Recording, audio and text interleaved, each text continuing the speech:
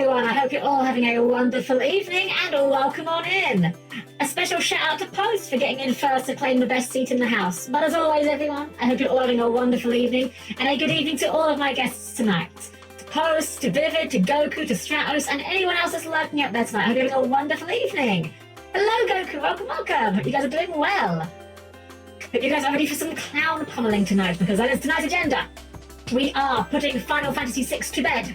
Hopefully. I hope I'm not underestimating how much of this game is left. I believe we are at the end game though. I believe we are basically at the final dungeon.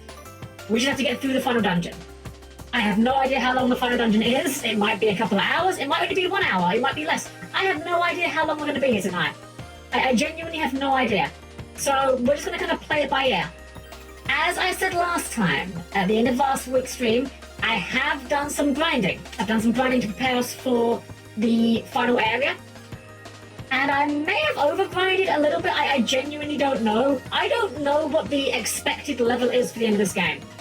I had some people suggest that it was as high as 50. I've had some people suggesting that it was kind of more to like level 40-ish, 45-ish. I don't know. If we have over-leveled, I don't care. I don't care. I will never complain about a game being made easier because I overgrinded. Because that's on me if that's the case. Then a fat boy thought to scream for clown bloodshed. Yes, we were here to pummel Kefka in his stupid clown face. And of course, once we're done tonight as well, we're going to do our little tradition, which is of course going through the Final Fantasy tier list and analysing, I don't know why that word was suddenly hard to say, where it belongs on the tier list. We have a preliminary tier list from our very first FF stream ever. But will FF6 go up or down? Who knows? We'll have to wait and see. Maybe the game really sticks it on the landing. I don't think it could really do anything too crazy to radically change how I'm feeling about it currently, I'll be entirely honest. But who knows? It's entirely possible. Literally anything could happen. I'm just not necessarily very expecting it to happen, shall we just say. So how about we get ourselves started in? I'll show you guys the preparations we've made, and we'll see what happens. I mean, we might, for all I know, we might not even be over-leveled at all. We might not even be under-leveled. I have no idea. So please keep your arms, legs, and other body parts to clear the closing doors, and I'll meet you there in just a moment. Alrighty, everyone. So, to show off, annoyingly, I should have done a save here but before my grinding. Sabin is very high level at this point. Let me just show off where we're at with everyone. So there was a few things I did for grinding to make sure we are ready for the end game. I made sure that every party member is level 50 at least. Some of them are significantly higher, some of them are quite a bit lower. Well, sorry. Some higher than others, but everyone is at least level 50.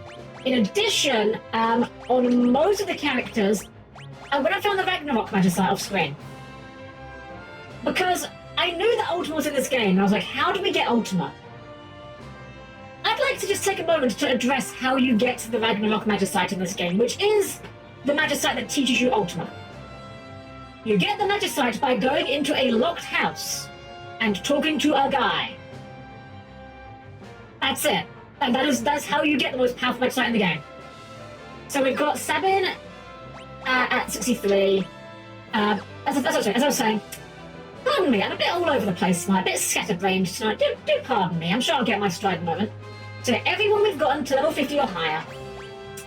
On most of the characters, we've had them work on Phoenix and also on Ragnarok. So most of our characters have access to all of the good cure spells, and most of our characters also have access to Ultima. That's the only other thing we did do was for Sabin specifically. We have Sabin's final technique, the Phantom Rush. You can obtain this by just leveling up. I think it's like level 66 or something like that. However, you can also find this in a World of Ruin by going to a house on the map that is completely invisible, at which point you find Sabin's master, who just teaches you the ability. Considering that 7 is my favourite character, I couldn't not get this. But with that said, that's basically what our prep done. We're going to just go ahead and rest up at the local inn, but afterwards we're basically just going straight for it. We are just going to gun for Kefka and punch him in his stupid clown face. Some random dude in the house just came to watch a deadly technique. Yeah, literally. Just literally. It's so strange, because it's like, there's so many things they could have done to have something like that as a reward, and they just hide it in just a random house. It's so bizarre. I have got a lot of things I want to say about this game. When we're done. And I warn you, they're not all going to be positive. In fact, not many of them will be positive, I will be honest. I will be doing a bit of a rant. But I think it's good and healthy to be able to talk about things you don't like in a way that is productive. Like, not just, oh, this sucks, I hate this. Why do I hate this? Or what could this be done better at, you know? Not just because I think it's interesting to work out what you like, what you like about these things, but oh, Yato, thank you for the resub. But I wasn't expecting 2 months to go by so fast already, right? Time just flies by these days. Jeez. Well, thank you so much. I really appreciate the subscribe, and I'm glad that you're enjoying being here so much. So thank you so much. I appreciate that. So as I was saying with I think it's good to be able to identify why you don't like things, because there's definitely a big difference between I don't like this and this is bad. Great example for this, for me personally, Souls-like games. I don't like Souls-like games. I probably never will like Souls-like games. But I'm not going to say they're bad. They're not for me, but that doesn't make them bad. FF6, on the other hand, though, has a few things I think I could call bad quite sincerely, but we'll get to that later. For now, we're going in, and we have to make 3 parties to raid Kefka's tower. So, we have actually not got enough party members to fill up all of party slots. I didn't care enough about getting every character. I think we're missing Realm, Strago, and Gogo. I don't even know where Gogo is, but it's whatever. I'm not worried enough about this game to 100% it. I'll live with the missing characters. So here's how we're going to set up our parties. Our first party, we're going to put in Sabin. Sabin is just great damage. He just hits like a dump truck. We're going to put in Setsa. I don't like Setsa, but he does have acceptable magic, and as well as access to like a lot of the good spells we want. And then I think for this one as well, we're going to put in, try to keep my balance in a little bit. Yeah, we're going to put in, sorry, not Mog. We're going to put in Gao, and we're going to put in Umaro. Umaro basically doesn't count as a party member. He is just constantly berserk. And Gao is kind of the same. So this is just the Unga Bunga Beat Stick party, and also Setsa. For our second party, we're going to go with Terra. We'll put in, I guess we'll put in Locke. We'll put in Mog, I suppose. Mog's also fine. I think this is probably okay. I don't know. I have no idea like what the different paths are going to lead to, but then we'll put everyone else in the last one. In our middle party here, Terra's going to be doing a lot of the heavy lifting with her spells. That's for sure. Alright, let's try this. See how we go. Joey, hello! Welcome! I got a good evening! I like Souls games. Blighttown has the best frame rates. I've tried Souls games. I've tried enough Souls games to know they're not my thing. I tried Bloodborne, I tried Demon's Souls, and I know it's not a real Souls-like, but I did play, what's the game called? The Weeaboo one. What's the Weeaboo Dark Souls called? Code Vein. I did enjoy Code Vein. Alright, so we've kind of done part of this already, that's why some of these are open. Wonderful, we get a back attack off the bat. You'd love to see that.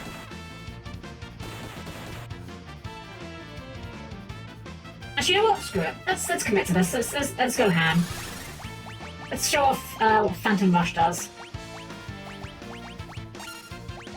And for Setsa, I don't know. Sure, do the slot machine thing. Oh, nice. So she got a good result, I think. Yeah, Sabin just goes bananas and does 1 billion damage. And Gao is just on autopilot.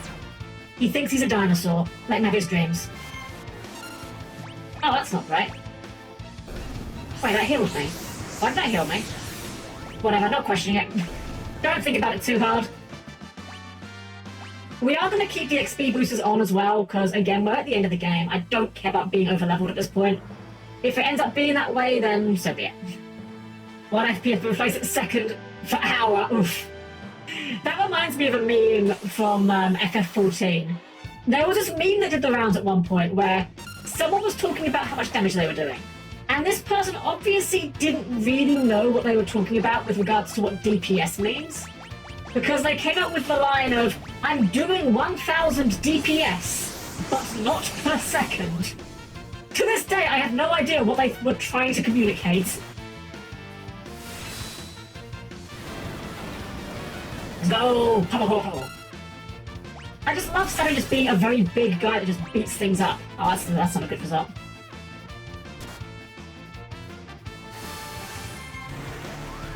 Unfortunately for Gao, the behemoth rage we're using here is, what's the word? It's got both physical and magical attacks. So I've trained Gao in physical mostly, but I don't know whether that was correct. I have no idea what I'm doing with Gao, to be honest. He's just kind of here. He's just here to be a beater. Hello! Is it raining in Britain right now? It was earlier. It was absolutely, like, pummeling down earlier. There was actually, like, flood warnings in our area, which is very strange. Like, we don't live in a, what's the word I'm looking for here? Like, low, what's the word I'm trying to find here?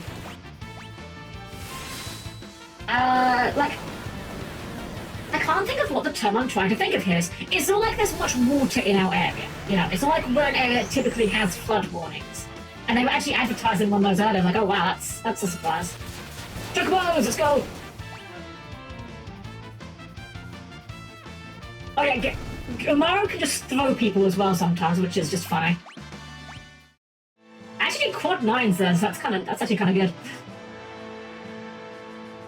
Right, so last time we came here, because we had a little look here before I realised I should probably level a bit more. We'll get to that point soon, which I think will require a party swap. But I think based on how little damage the enemies have been doing to us, oh, okay. Neat. I don't know why that happened, but sure. Yeah, based on how little damage we're taking here, we may be a bit over-leveled, and that's absolutely fine in my book. Now just blocks Meteor, what a Chad. Okay, well, it's about time someone took a drop, I guess.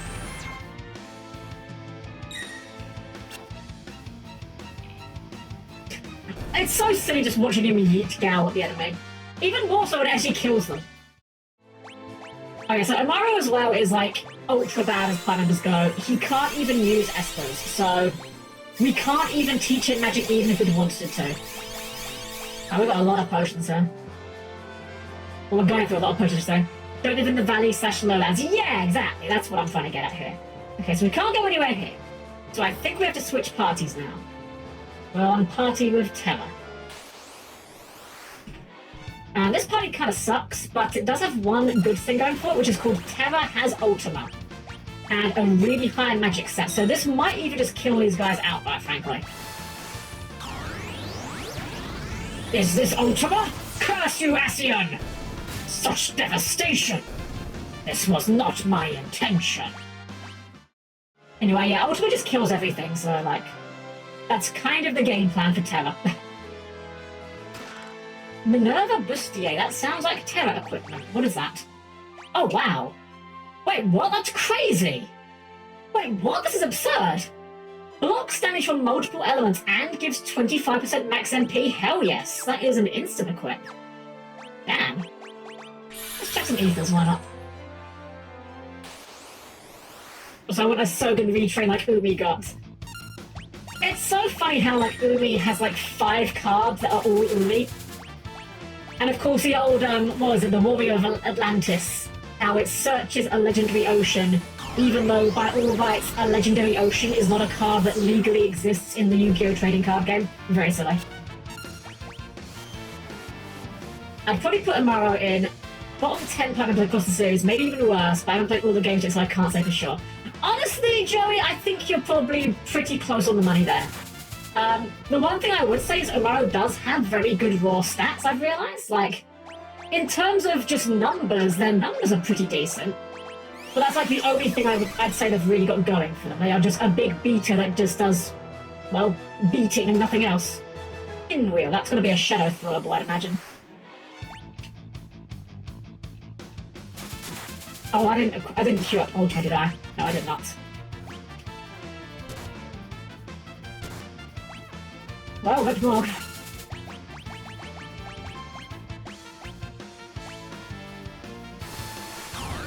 I mean, this party was always getting carried by Terra, let's be honest. They're like, Locke and Mog here are mostly just here to be moral support. You know, they're just here to kind of give a bit of, they're here to cheer her on and make her feel better about herself.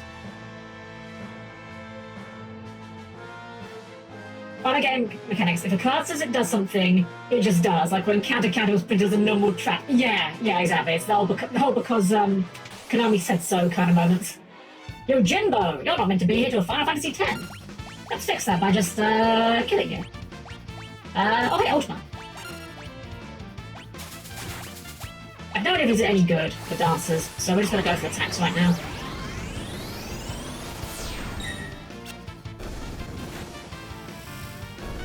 Oh, rude. That's really impolite. Just you killed me, so I'll kill you back. All right. Good thing we taught Locke all that magic. Alright, this has to be something worth fighting, right? Like, you've got a unique sprite. You have to be significant. Hi, Zane! Welcome in! Welcome. Alright, what are you? What are you? Ultima Buster. Oh, this might be scary, actually. I am the one known as Ultima. Forged in Eternity. Wait, we fought you earlier, didn't we? This sounds very familiar. I'm having the weirdest sense of deja vu. Long have I pondered what I should do. Long have I pondered. But now it seems I have an answer. I'm going to play Snake Eye. Wait. Oh, it's got animations, it's got little gears. Okay. Let's go chance. Let's cast Ultima. And you know what? Let's also cast Ultima. And you know what, Terra? I think you should also cast Ultima. Imagine if you were just minding your own business, right? And then someone comes at you and hits you with a spell named after you. How would you emotionally recover from that? I don't know if you could. Just, I know his mog's a little low, just top off the tank. This is the real Ultima. I see. Ultima Prime, as it were. Oh, shit. Hey, it's a bigger welcome. Alright, well, let's just go ahead and just drop more Ultimas. Because, I mean, that seems to be the plan.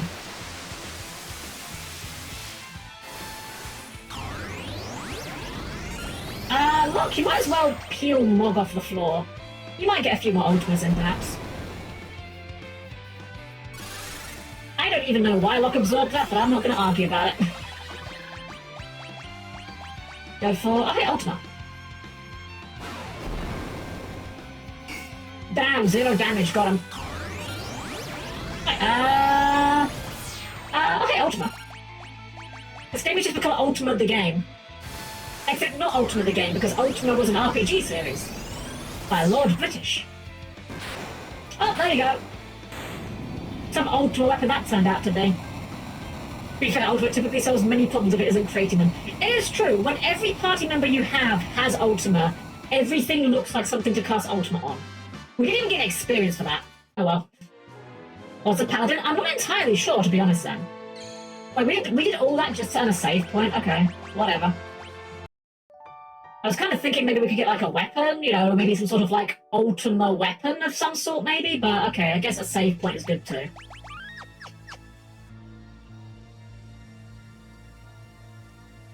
Oh. I guess this is what happened to the Magitech Research Facility in the New World.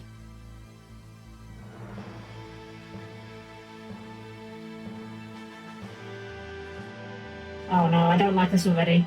It's because it's looking maze-like. I don't like mazes. Marlborough, ooh. That's nasty. I hope that it will die to Ultima.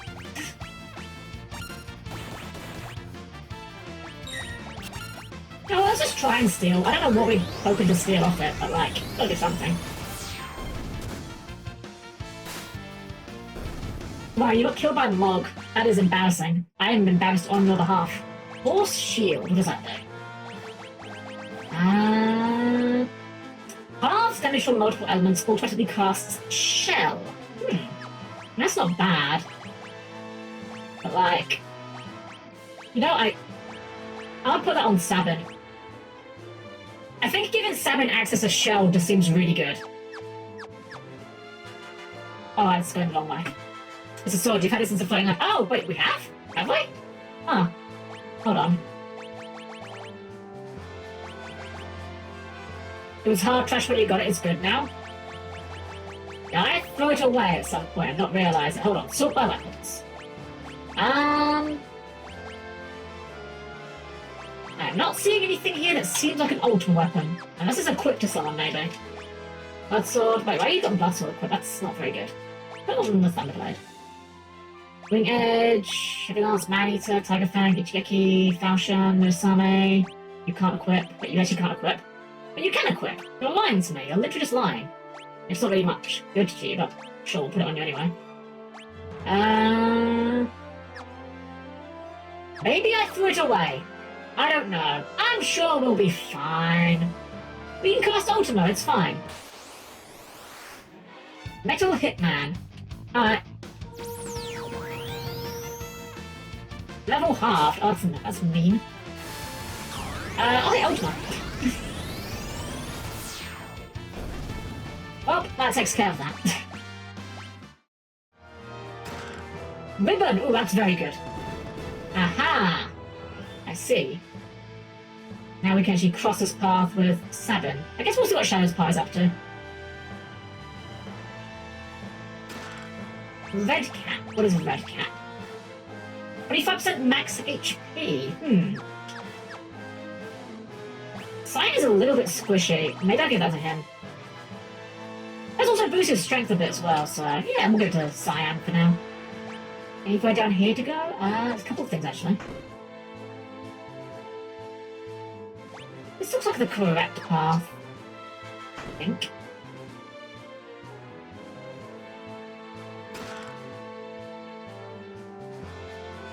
I'm not even gonna make a joke. I do not even need to make a joke. Whatever joke you are making in your head right now about us retrieving the Nutkin suit is far funnier than any joke I could make about it. What does it even do? An oversized squirrel costume. It's literally a squirrel costume. Does it even have good stats? Who can even equip it? Wait, hold on. Who can even use this gear?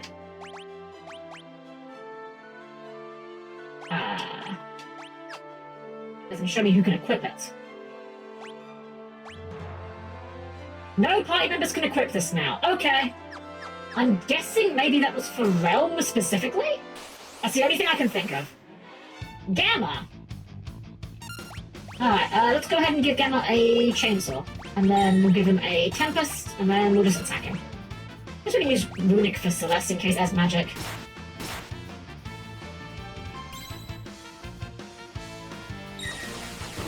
Oh, Launcher, that's not good. Oh wait, Launcher's... Oh wait, it's a gravity move. Right, I'm thinking it's, I'm thinking of the one from FF14, where it becomes like a, critical HP move. Well, I actually survived that. Huh. This might actually not be good. Never mind, we got Q-Argo off, we're fine. I should probably have had Celeste do Ultima, though. That probably would have killed it, right?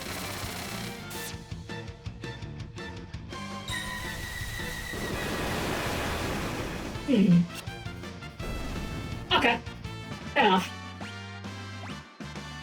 Gamma. Oh wait, is it Mars and Jordan? Never mind.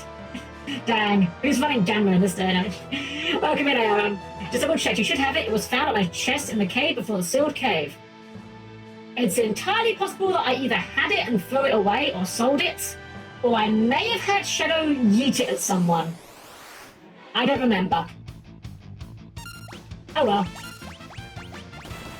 I'm sure we'll be fine. We don't need the Atom weapon. We have the power of Sabin and Suplex on our side. We don't need it. And Ultimate.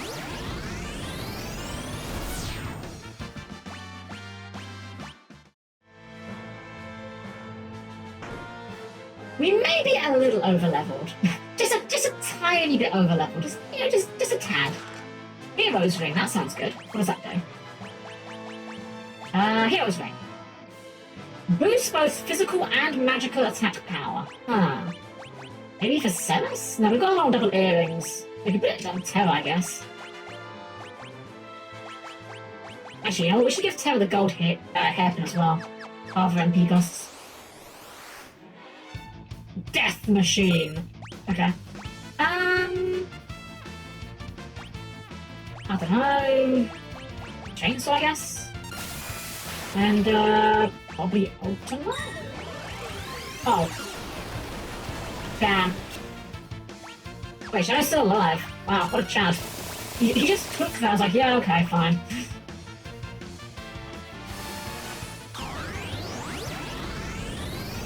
I'm gonna say the Ultima animation is very cool. There we go. Easy peasy. Kind of glad that we actually went with this party composition for this side. This, might just be my imagination, but this side seems like slightly tougher than the other sides. Also, wow, these potions are doing like nothing. I bought 99 high potions, but almost already out. And we can't go up there. We can go this way, though.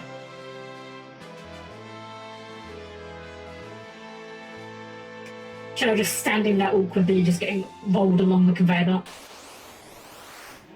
Innocent.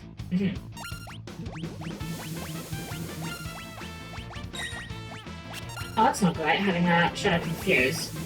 Oh, I have Celeste confused. Oh, that's disastrous, actually. Don't cast Ultima on the party, Celeste. Okay, that's probably like very little, I'd imagine. Yeah, literally nothing. Oh.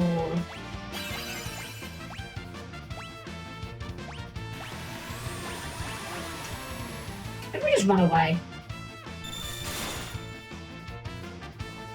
Oh, and they do the freeze as well. These guys really have, like, all the annoying abilities, don't they? Confusion and freeze? Like, wow. Just shove every annoying thing onto one enemy.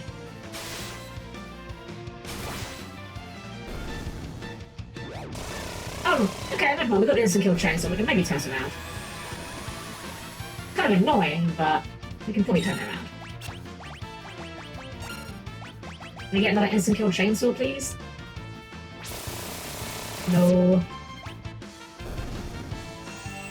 And then the re-raise triggers because, right, Celeste cast re-raise on it. Thanks, Celeste. I'm not gonna lie, confusion is like one of the most annoying stats elements in any video game. I just really don't like it. It's one of those things that only ever seems to be good for the enemy. It's never good for you. Yeah, we've got a save point right here. We'll just use a tent here. Probably should have bought more tents, actually. I didn't think we'd need that many. Shadow with his edgy black tent. This is my new invention. I call it Death Machine because it dies, obviously. Damn, got him. I'm sorry. I'm sorry, what? Oh, it's this guy! This guy's in FF14. How does he feel about Ultima? And how does he feel about Chainsaw? Right, Inferno is the body. How does he feel about just getting stabbed? Like, multiple times.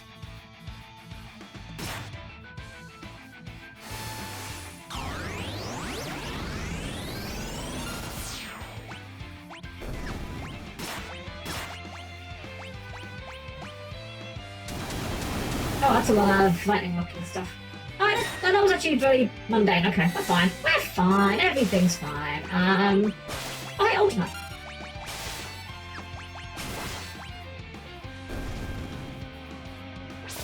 Now we've cut your arms off, but you feel pretty silly right about now, don't you? Oh wow, yeah, you must feel really silly. You just went down like a chump. Considering that was a palette swap of that one boss that gave us trouble earlier, that feels pretty cathartic, I'm not gonna lie. Shame we get nothing of value from it, but you know, it is what it is. Edgar, go ahead and just top everyone off.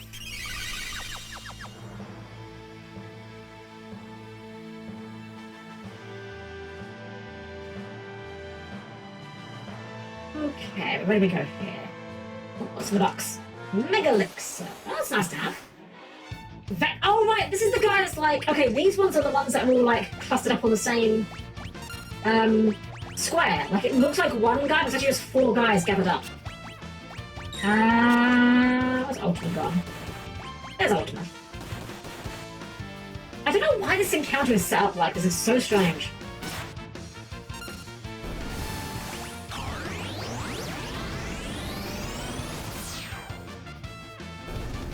Like, they still all die at the same time. You can still kill them, it's just, for some reason, they're... Wait, what's this? Oh.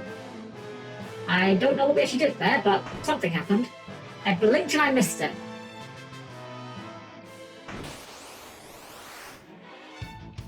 Landworm.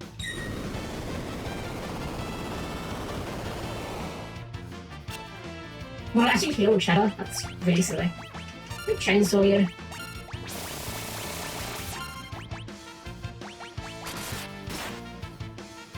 Oh, right, we're in the back row. Right. I kind of forgot about that. Oh, never mind, we're still fine.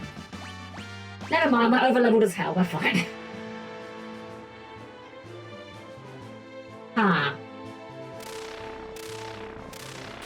Alright, what's your shtick? Skull Dragon? Wait, Skull Dragon? Okay, surely not, there's no shot this works, right?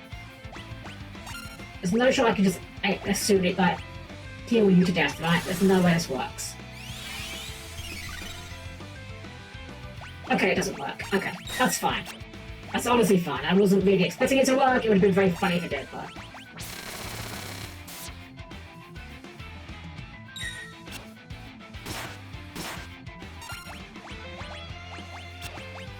Where's Ultima gone? There's Ultima. Will o' Wisp. What does that do? Does damage? Okay, that's fine. We can deal with damage. We have Ultima. And now Cyan does his combo.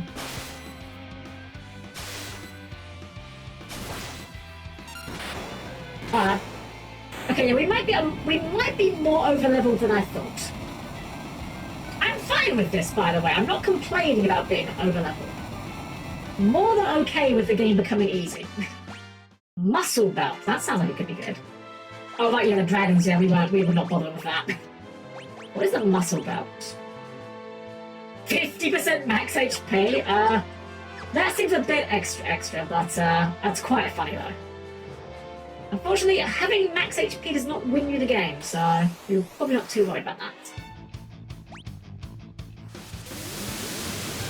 I probably should have healed Shadow, shouldn't I? Ah, he's fine.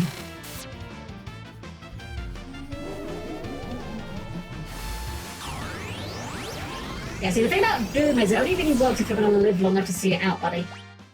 But you, didn't, so get destroyed. Okay, what's going on here? Aha! I see, so this was the end of this path. It would have if you had the old weapons and cells of massive P. Oh, I see, yeah, that makes sense, I guess, yeah. That does make sense. Back attack. That's impolite. Oh, even in the back row, Saturn still does like 5k. Let's try Razor Gale here. I guess maybe, no, sure. You had Ultima, right? Yeah, you have Ultima. That death. Oh, I thought that was a death attack. Wait, what does this do? Oh, it is a death attack. Okay. Just using an attack that just kills half the party out of nowhere, that's fine. You might be in trouble here.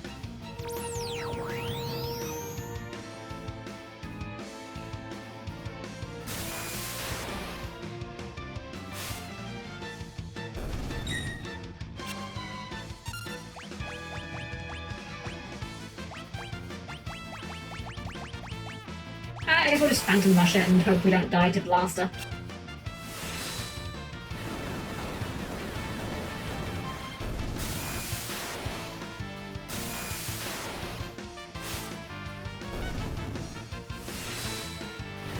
As I said, you already have open doing 9999. There's no point going Crusade. This does less damage and also hits the party. Oh wow, that sounds terrible.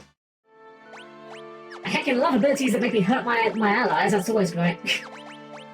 We get Rusts, you, and then we can use you to pick everyone else up. Actually, Rise. There we go. Probably should also heal a little bit after that. We did take a lot of damage. Yeah, I've never been a big fan of attacks that just hit both sides. They always just seem like bad, frankly. I don't know. Well, that's going to be a Shadow Flurble. Like, I'm sure there are some games where attacks that hit both sides are valuable, but I can't think of many examples, if any. I don't know, Soul Spiral. We'll do this one, I guess.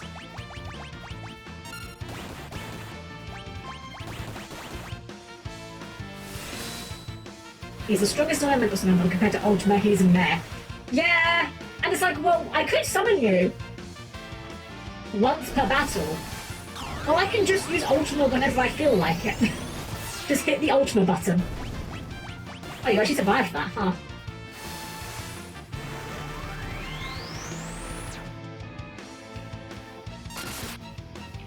There we go. Crit for the quad 9s.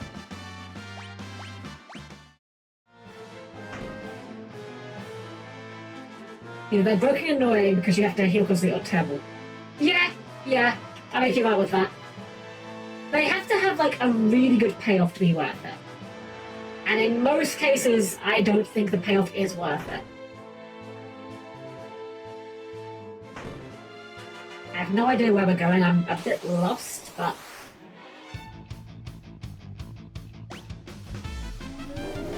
Boom! Oh no! Anyway. Anything we can steal from you that we care about? Log! You have Ultima, right? Yeah, Log, Ultima. Do it! Unleash Ultima, Mog. I knew you were good for something, and that something was casting Ultima. Actually, you're not even that good at that. You're actually kind of bad at it. That was very underwhelming compared to Terra's.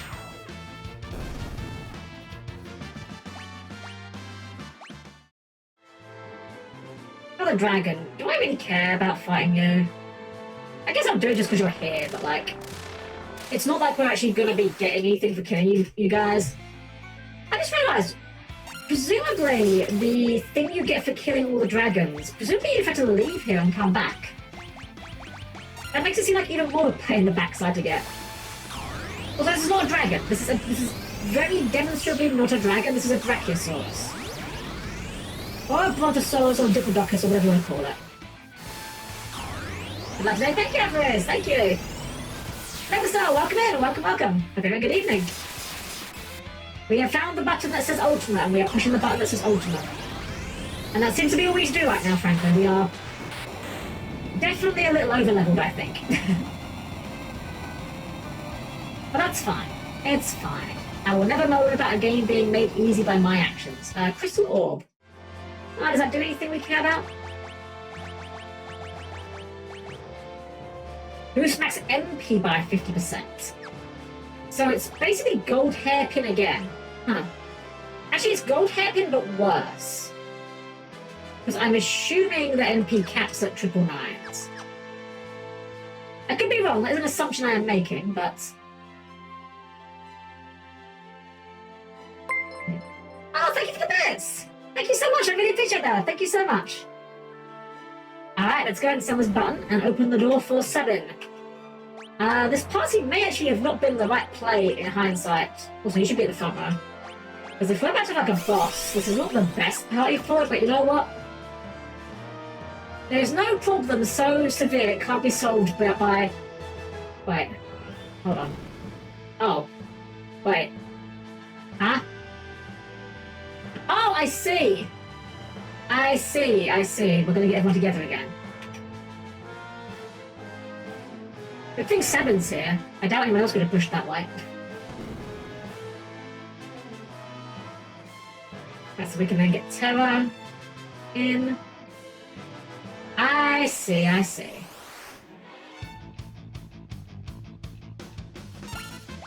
Well, I guess we'll try and see if there's anything worth stealing.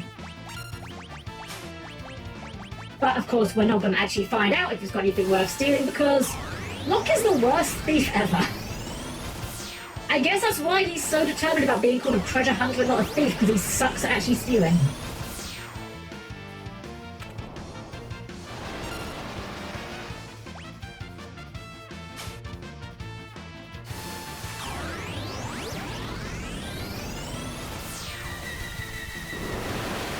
Didn't die yet? Oh, you actually healed Locke. What? What does Locke have equipped that's giving him element drain? Oh, the flame shield. Okay, that makes sense, I guess. That makes sense. Alright, so we go down here. That lets us push us way after we move Shadow.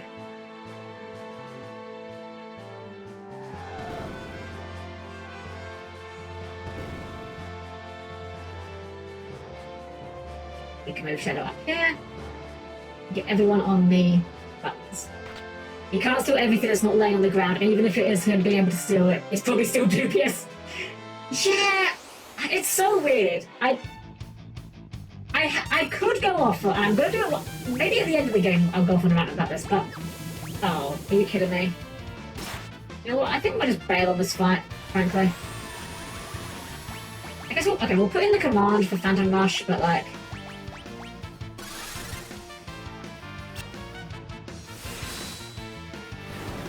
The fact that we can't really do much with half our party members right now is like... Ugh, cringe.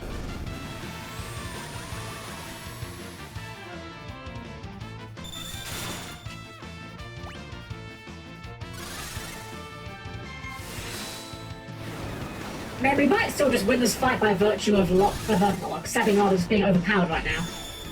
Thanks, Gal. Thanks. Good job, buddy. Alright, whatever. Good enough, we'll take it. Yeah, I could go off on a big rant about thieves. This game has made me have a big epiphany about thieves in RPGs and how they're really bad for no good reason. Maybe I'll go off on a big rant at the end, but, oh, this looks, oh, it's a friend.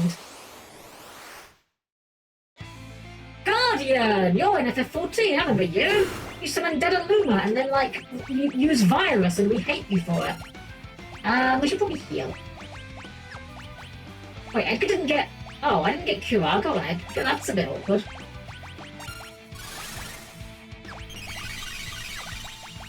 Anything to throw? Throw the pinwheel, why not? It's something. Also, is it just me? This guy looks, like, weirdly out of place. I'm not sure if it's a deliberate design choice or what, but he kind of looks like a 3D render that's not been, like, sprited properly. It's strange. He kind of has, like, that Donkey Kong SNES era vibe about him to me. He's an absolute shit on his only overpowered, there's no middle ground. I have yet to encounter one where they are on the overpowered side of things, frankly. Every character I can think of that's good and a thief character is good despite being a thief character, not because they're a thief character. Oh right, you just do Ultros things.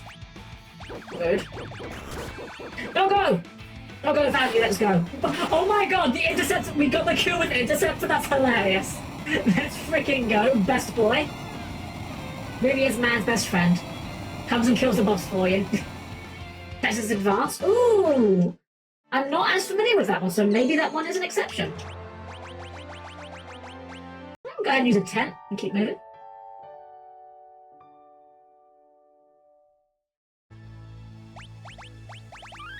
Alright. In here. Oh, this is one of the Warring Triad. It's Demon, aka Zervan. He is beyond your petty morality. Is he beyond the power of Ultima? Let's find out. I forgot these guys had their own unique theme, I'm gonna be honest. Well, actually, let's set up haste for Celeste. We do have haste. Wonderful.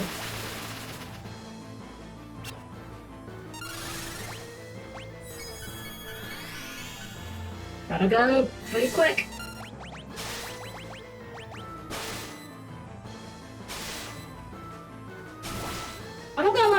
looks really cool in his sprites. His FF14 model is like, it's fine, it's not bad, but he looks way less cool somehow, I don't know. I think it's just one of those designs that just does not translate very well to 3D, perhaps. Maybe I think we can throw, I don't know, water scroll, sure. Might do more than your regular attack. Oh no, anyway.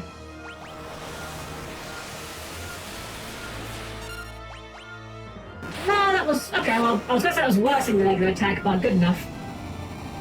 Yeah, that's about right. That's about how tough he is in FF14 as well.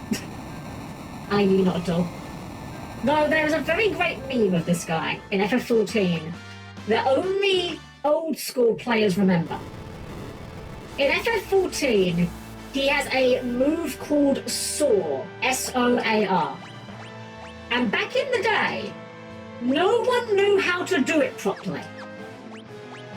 It wasn't even that hard of a mechanic, but people realised back in the day that if you have enough damage, you don't have to deal with it. Literally, you will just skip Soar. He will go to his next phase early, and you just skip Soar. And this led to a beloved meme that no one remembers anymore because it's been such a long time, which was skip Soar or disband. Basically the idea being the party is gonna skip Soar because they don't want to deal with the mechanics. So where do we go from now? Any tear side? Wait, how do we get down there? Wait. Huh? Did I miss a thing?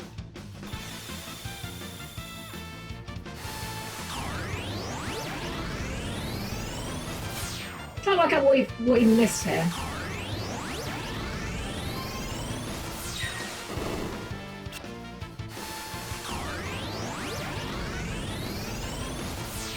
I can imagine trying to translate a sprite in 3D and animators is a nightmare. Yeah! Oh dang it, Mob died. Oh well. Yeah, there's definitely some sprites that are clearly not designed with that in mind. Just peel Mob off the floor. Lucky for cure, right? Yeah. Where do we go is the question though. Shadow seems kind of stuck here, right? Oh wait, we can go back. Oh wait, hold on. Never mind. Wait. This was Zervan, wasn't it? Yeah, this was where Zervan was. Did I have to go the other way? Was there a switch I missed? Probably. Oh, that was significantly worse than just attacking.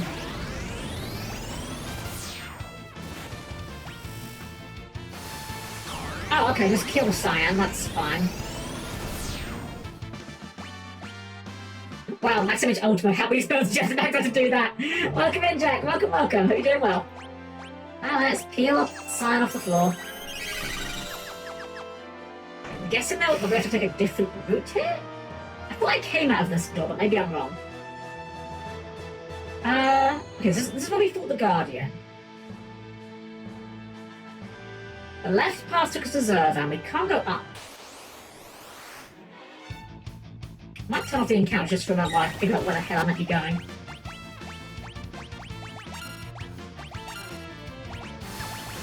Let's go for attacks for now, why not? It won't take much more than ultimate to do it. Oh, case in point, you can just instant kill them. Dog parry, dog parry! Melanie, hello, welcome, welcome! How you doing? Welcome in! You're doing well, we're trying to figure out where we're going in this last dungeon here. Okay, so if we drop down here, that takes us to here. Okay, and get us off, because I need to figure this out. This button doesn't do anything though. If we go to Seven's party, we can't go anywhere here.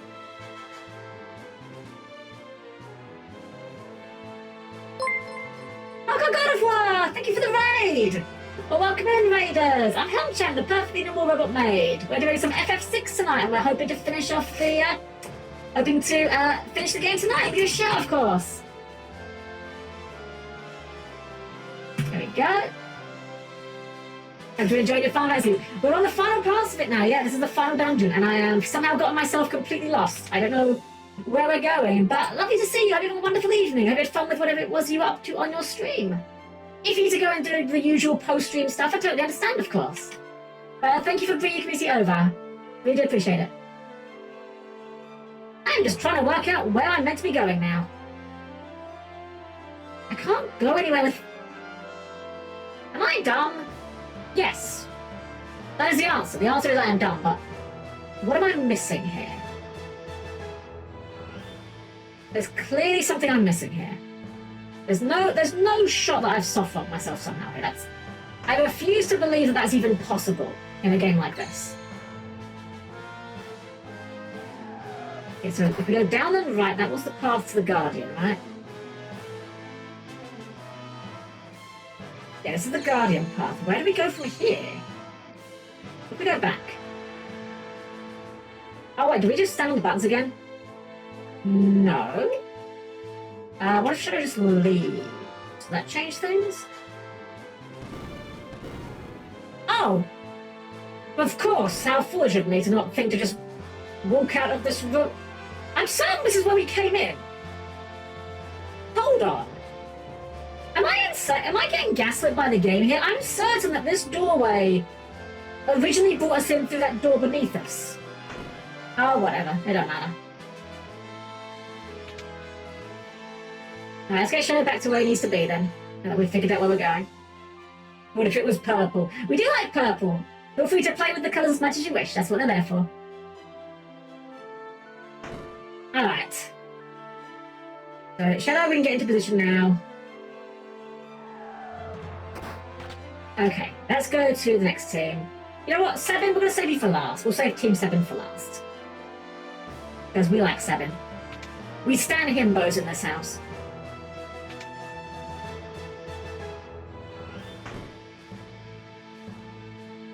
Alright, so what's awaiting us here? Oh, it's Sophia, the goddess, right?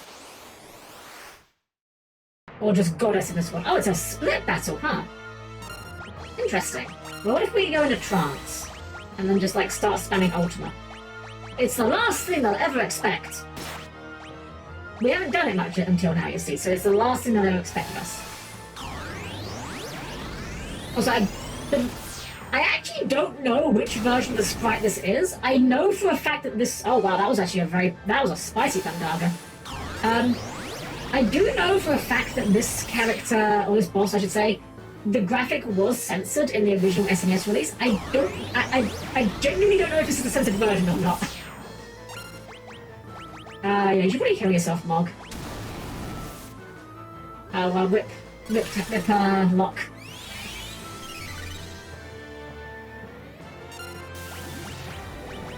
Laser.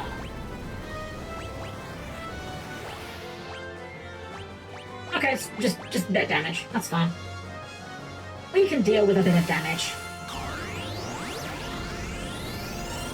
Lock once again in his natural state, yeah, right? Aha! Yoink. Delicious. Keep it up. More of that, please. I mean, I think we just got to spam Ultima until we run out of MP at this point, frankly. Oh, okay, all until the boss dies. There's a lot of things Ultima. So yeah, I got Ultima off stream when I was doing my grinding.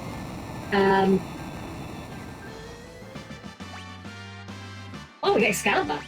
Ah, is it good? Is Excalibur actually worth using in this game? I guess we'll see if Locke can use it, because like he's the only guy that uses swords, really. It's actually lower strength somehow, but it is higher attack. Yeah, sure, we'll give you Excalibur. You really don't deserve it, because you're kind of like lame, but I'll give you Excalibur so you can feel special. I'm sorry, I am not on Team Locke. I'm sure that Locke has his fans, but I am certainly not one of them. Multipliers boost help a lot with the AP grind. Yeah, I did all the grinding with the boosters on. We still have the boosters on even now, frankly, because I simply don't care, to be blunt. I think we're actually getting, like, pretty close, though. I think I know what comes next. Alright, 7 time. And since I know the Warring Triad, I know exactly who's going to be coming up next, which is, of course, the Fiend, or as he is known in FF14, Sephiroth. Wow, he really does look a lot cooler than FF14 as well. Oh, we're out of MP for Setzer. That's unfortunate. Do we have Osmos on you? We don't have Osmos on you. That's a shame. I don't know. Check it, Ether. What? Oh no, you just do the thing. And Sabin. Punch.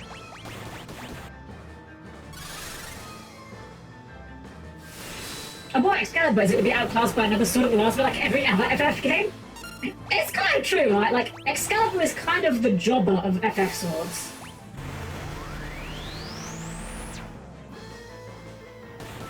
You know what? This might actually end up being the hardest one yet, just because we don't have Ultra in this party.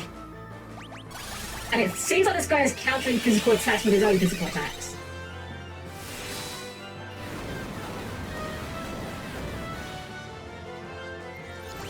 Oh, hold on, that's magic. Oh, okay. Yeah, that's fine, game. Yeah, that's absolutely fine. I didn't really want to play the game right now. I was kind of thinking, maybe you could just, like, remove control of my entire party for a while. That seemed like a reasonable idea to me, frankly. So I think, you know, this is fine. So how are you guys doing? I'm just kind of sitting here playing FF6, as you can see. Playing might be a bit of a strong word, as you can see. There's currently no interaction going on in this interactive video game experience here. This is not unique to FF6. This is not the only game that does this shit, but I hate this shit every time it comes up. He's not even damaging me. He's just stopping me from playing the video game. Okay, now he's damaging me. But I don't think he even hits Umaru, right? Yeah, Umaru gets healed by this. Anytime you feel like letting me input an action game, I'm on board for a bit of engagement. Oh, whip Setzer. Damn, he figured out how to actually do damage now. We might be in trouble. Oh, wait, we're back. We're back in the room. Okay. We're back in the room. Alright, well, let's just keep Phantom Rushing and hope we don't die. Because it's not like Sabin has any magic.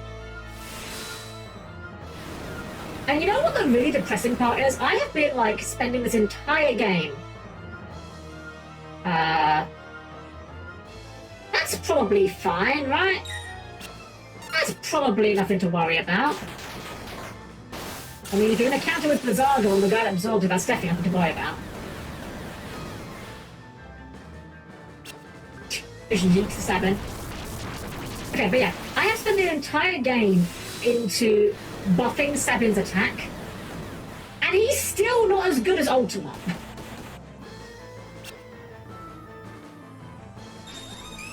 Target! Target! God, I never remember Dynamite Heady. Oh, I should do that game on stream. That game's kind of fun.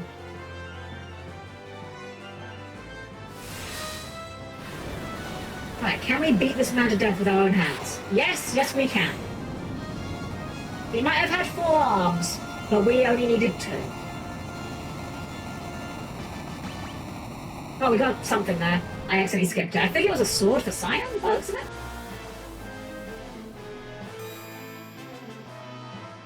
We destroyed the Warren Triad, but the power of magic isn't fading like it should be. Huh. Could Kefka have extracted the very source of magic from them? Good. Yeah, they've run off. We don't need to use the potions, we've got spells, and we've got... Actually, we've got a tent, what am I talking about? We'll just pitch a tent here. I still love the little effort they gave of giving everyone their own unique tent sprite. They did not need to do that. Very cute they did, though. Alright, I think we're actually kind of already near the final boss, or the final boss rush, I should say. Here we go.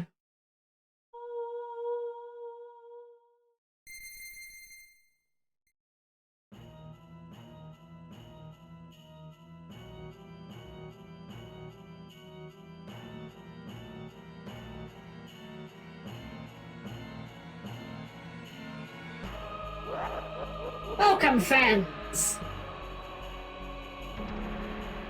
Oh no, he has the power of triangles. I knew you'd come, so I've been practicing my greeting. How much do you have to destroy before you've had your fill, Kefka? God, this needs a text box, guys. This is not readable. I require the ultimate power. Observe!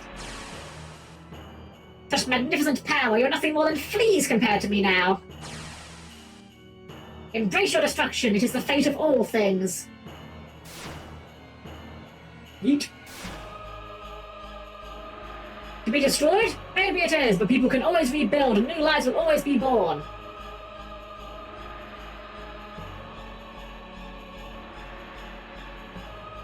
And time will destroy all those as well. Why do people insist on creating things that will inevitably be destroyed? Why do people cling to life, knowing that they must someday die? Knowing that none of it will ever meant anything once they do? Abby just walks over and punches him. Because it's not the end that matters, it's knowing you have something to live for right now, at this moment. Something you've worked for, something that's worth protecting. As long as you have that, that's enough.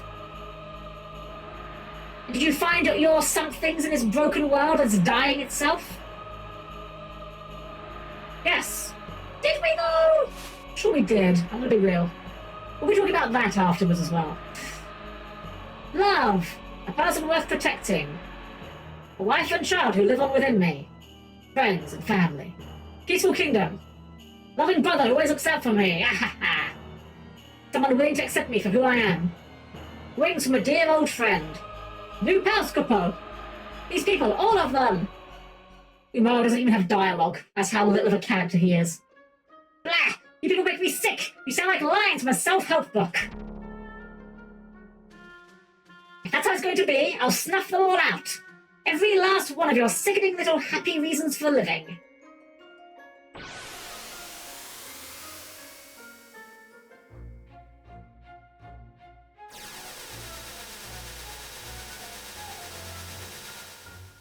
He's firing his laser.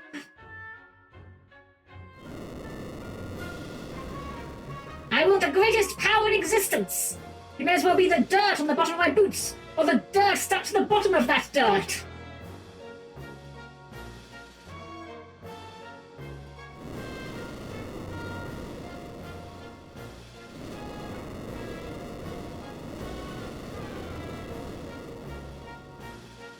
I'll destroy everything!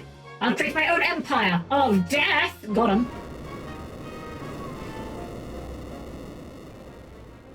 Well, it's a good thing we have this ability as well. You can't destroy everything. People will always have dreams. No, when I'm through, there won't be anything left to dream about. We won't let you hurt any more people. Hee. But what fun is destruction if no precious lives are lost?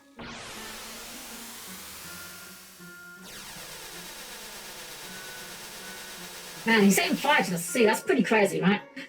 Oh no, it's a laser attack on the already destroyed world. Yeah, right?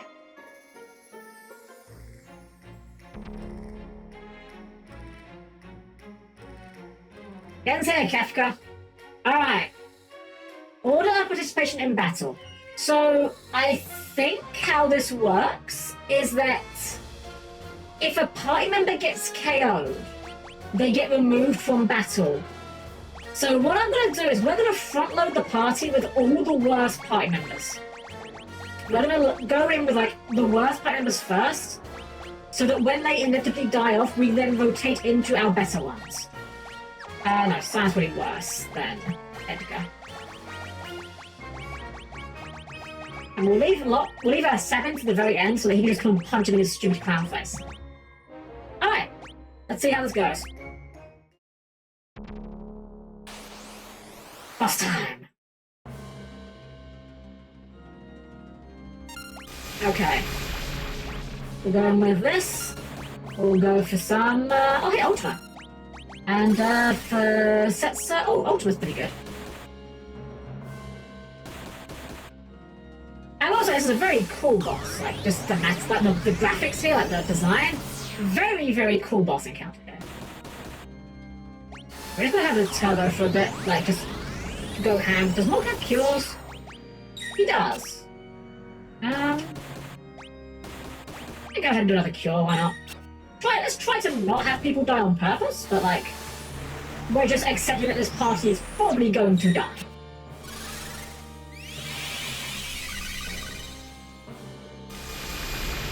Where's polarity? Oh, it's, okay, changing the mode. That's fine.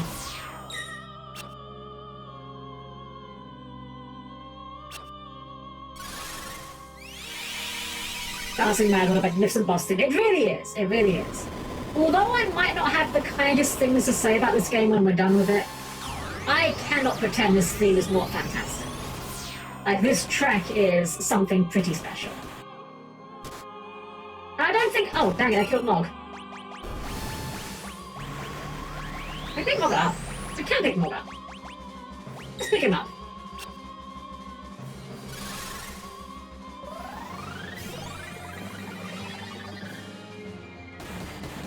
I actually thought it would place him immediately, if I'm entirely honest, but that's fine. We'll play out this way.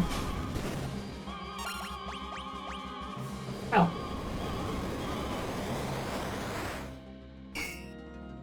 Damn. Right, stage 2.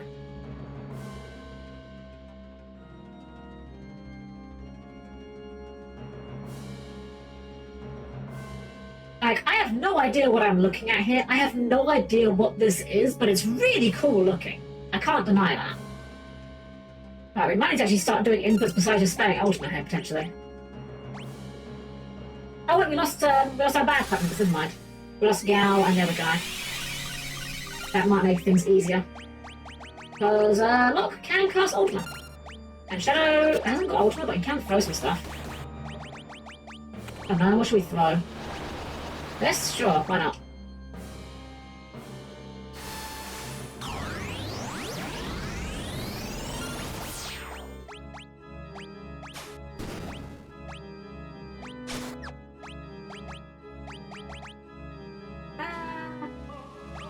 Yeah, why not?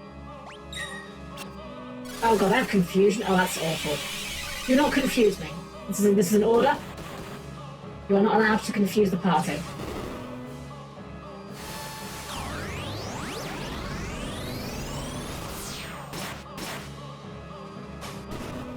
Even without having Ultima, Shadow's still doing alright for himself. And I can't touch him. Or Mog. I can't hit any of us. We're too overpowered. They physically can't... Oh, what's this? Helm Cross. Oof. Wait, I didn't even hurt half of us. Okay. Okay, game. Keep it up, I guess.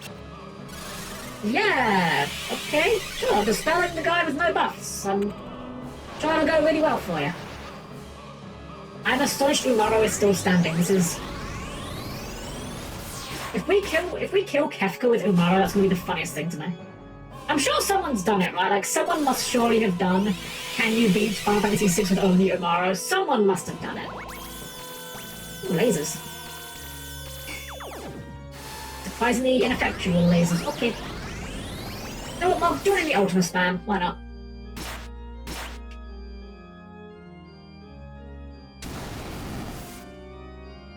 Okay, that's probably why we shouldn't have joined the Ultima spam. We kinda need heals. Oh no, gravity. Too bad, gravity spells traditionally can't kill you. Yeah, that's fine. If you are. Looks running out of MP, but like, that's fine, frankly. We've got, like, 4 guys in back row ready to go, so... Okay, never mind. Final tier. Well, for now, at least.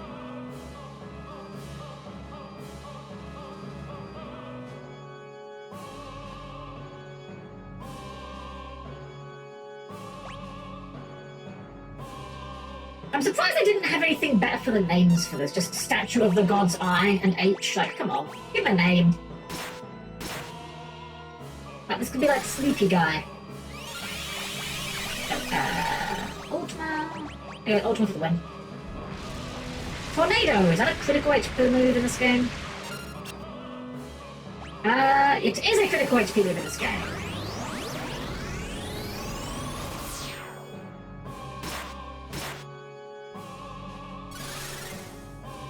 Oh no, Umaro's dead, anyway. I think we'll leave Umaro on the floor. He's done his job, I think. I think he's earned his keep. I'd kind of like to rotate to someone a bit more valuable at this point.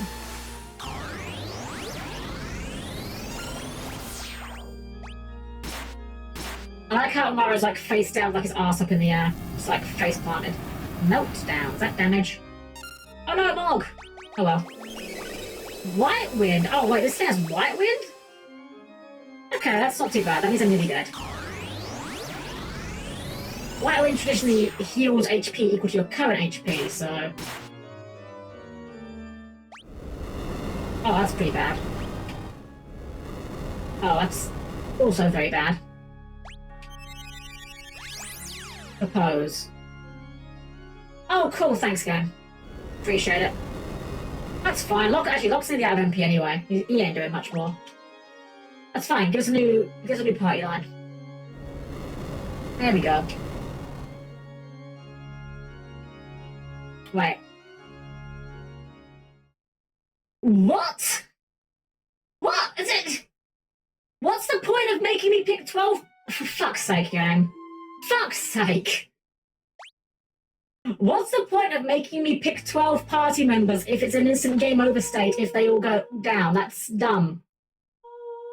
Alright, fuck it. Well, we know not to do that next time then. Fucking hell, game. I'm trying. I'm really trying with you here, game. I have been, like, I was very well aware of the fact that I was very negative on this game at the end of last stream, and I am actively trying to be more positive about this game. But you're not making it fucking easy for me, I have to be honest. You are really not helping. Also, we've got to mash through the whole dialogue here again. I mean, I know it's like an old game, you don't expect to be able to skip cutscenes, but... alright. Well, now that we know that that's a thing that happens, I guess we will build for the idea that our party will be stuck.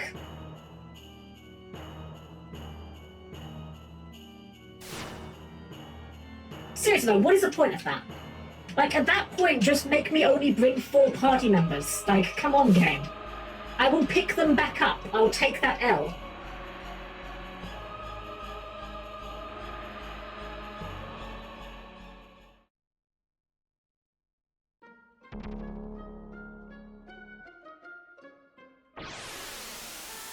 I'm mashing as fast as I can, but unfortunately I won't make it go any quicker.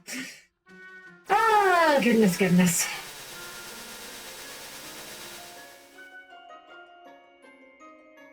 It's funny because this game actually does have like a somewhat autosave system, even in the base game. I found out after the first stream when I was doing some research that in this game, when you game over, it actually does remember your experience points that you've gained, which can help to prevent certain softlock situations. So there's no reason why it can't remember the cutscene was at the past, you know?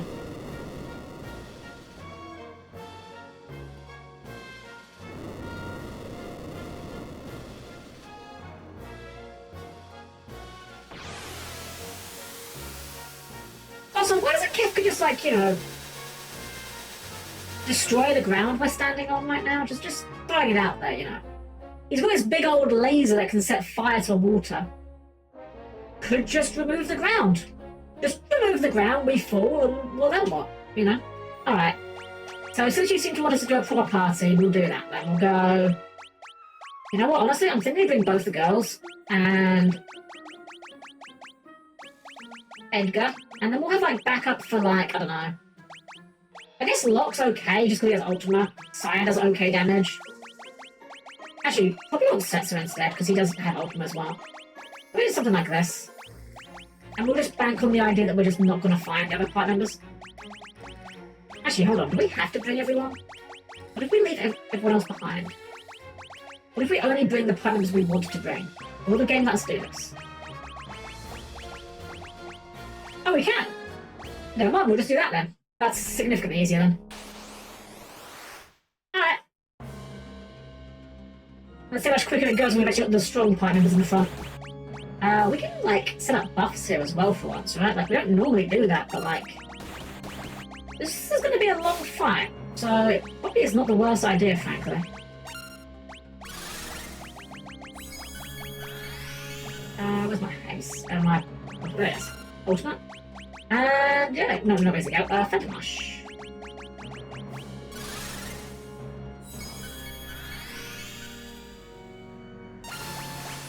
And then just start with the Ultimate spam. Do you have Osmos? You do have Osmos, okay. Just in case. But you know what? We'll keep you on cure duty. You only have cure, so pretty bad, I mind.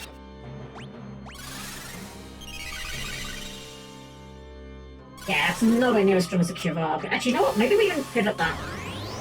Maybe we'll even have Edgar go to our attack and have Celeste take up the healer duty. A bit less damage, probably, but I just want to make sure no one dies.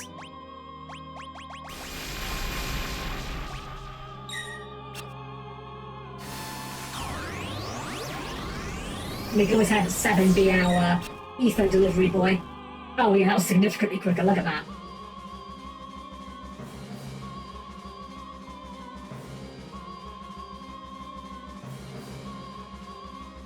I wasn't paying too close damage to how much, put too much attention to how much damage we were actually doing with the previous party, but I can only imagine we're doing significantly more with this one.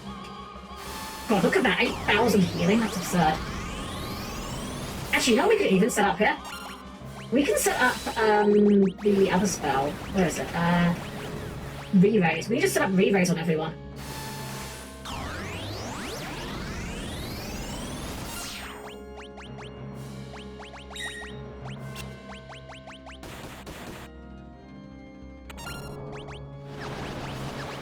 Wait, you have it as well? 7? Yes, good. 7, join in on that. Get everyone on re-raise.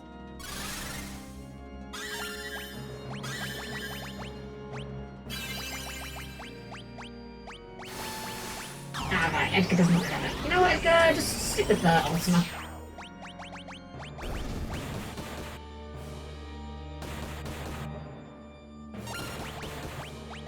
I'll go ahead and top off everyone, and then, so let's get back in there with the Ultima. I need a bit more MP for these guys in a bit.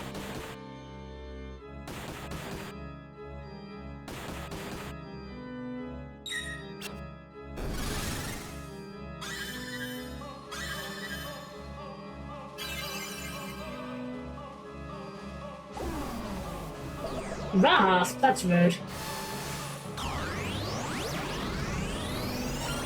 Alright, 7, go ahead and start throwing some ethers at people, like Celeste.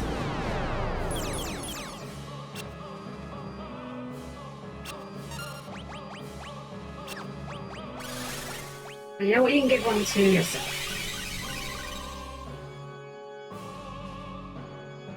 Yeah, I don't have MP because of that rasp. Rude.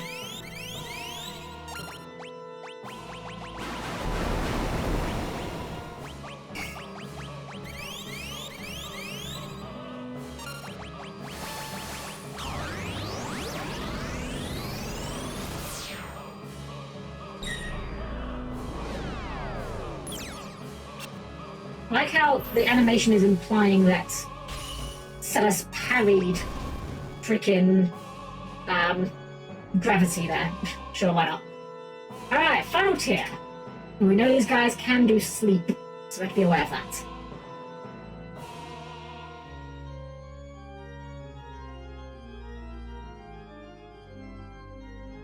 I do love the how ham they go on the organ in this part. I do love some enthusiastic organ music.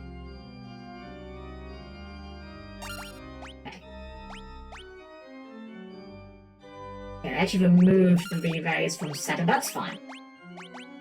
We only need one person to be alive to pick everyone else up if need be.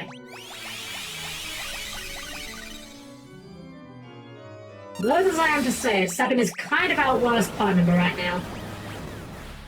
Because strength clearly does not scale as well as Ultima scales.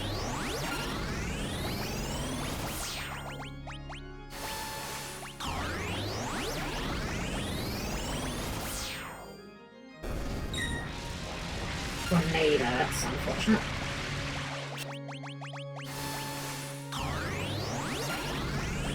And Cure at least. Giraga going as well.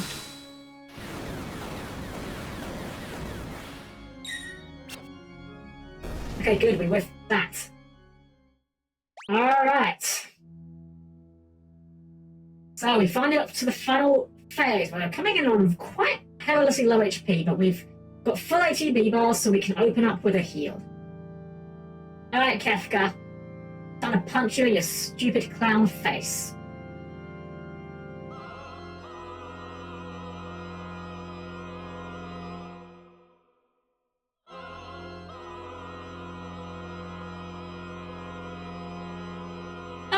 Oh, he's hot! No, I'm joking. I'm joking. He's very buff, though, for some reason. Life, dreams, hope. Where do they come from? Where do they go? Where do they come from, Cotton Eye Joe? Touch me in the things. I'll destroy them all! Okay, first things first, Kiraga the whole party. Next things first, let's get a re-raise going on everyone. You need a re-raise for yourself. Edgar doesn't have re-raise, so Edgar, you just come in with the Ultima.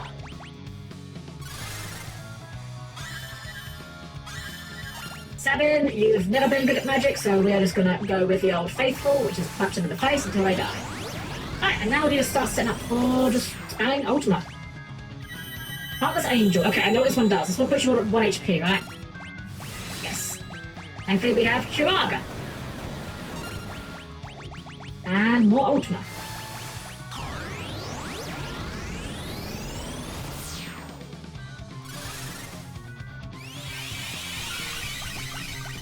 Oh wait, 7.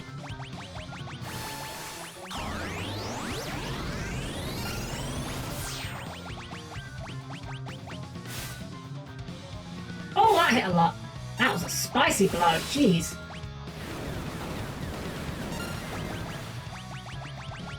Well, I guess those games aren't just for show. Oh no. No, 7! Damn, he didn't have re-raise on him. That's fine, we can pick him up. If we even need to, we might just kill him in Ultimate if we keep this up at this rate. Alright, Terra, pick up Sabin.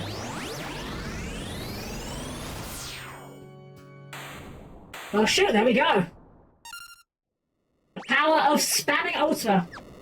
Sabin doesn't even get to see it, unfortunately. He's just having a little nap. He's too EP. Just like me, for real, for real. Well, what have we learned today, kids? The first thing we've learned is that level 60 might be a little bit much for the end of FF6. The second thing we've learned is that Ultima is really fucking good. Let's go! Let's go! Let's freaking go! The game picked up Sabin so he could see the ending. Let's go! You'll love to see it.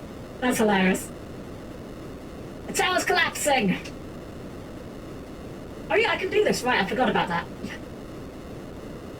Come on, everybody, we can make it if we work together. If we work together hard enough, we can ignore gravity. Taylor, what's wrong?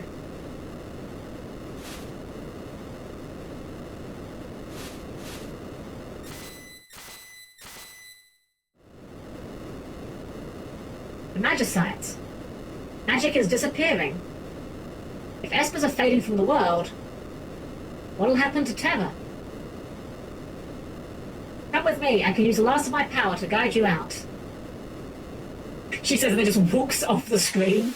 Doesn't fly, just walking off on foot.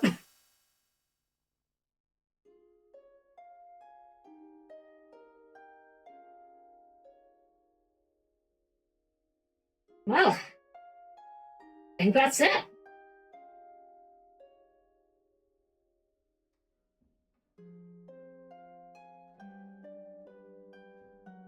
I suppose this is like 50 if memory serves correctly. To be fair, without this, it's easy to accidentally overlap if you get every part number. Fair, I can see that.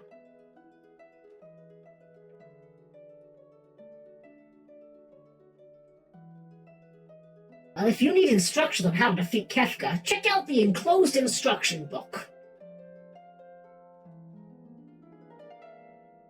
You don't need to take more gravity, so I can just parry. It's true. Just parry the gravity. Cyan as Cyan Garamond. I think I actually stole that surname at one point. I've done for an NPC in a video, not a TTRPG. And I don't know how I got to it, because I definitely didn't know that was his name. Cyan, could you hit that switch? Mechanical devices are not my strong suit. Hit the lever!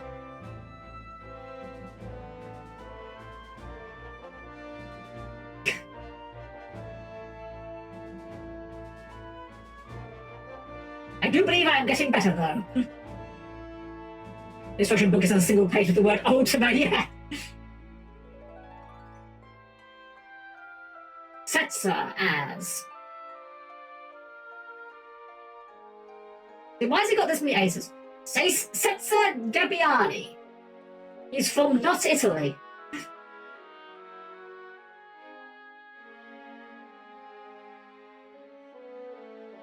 I wonder if this section is different if not everyone's alive, like at the end of the game. Wait.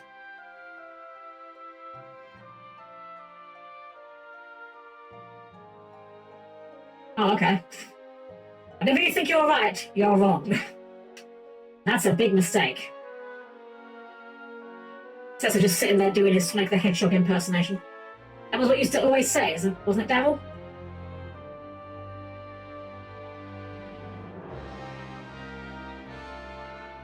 Edgar as Edgar Roni Figaro. And Sabin as Sabin Rain Figaro. I still really like Edgar and Sabin. I feel like this is going to be a running theme. I feel like they didn't get the love they should have had, potentially, in terms of like development. It's not like I wanted to dump all that responsibility on you. I knew you'd look out for the kingdom. I wanted to be able to look out for you. That's why I went off to become stronger. Hey,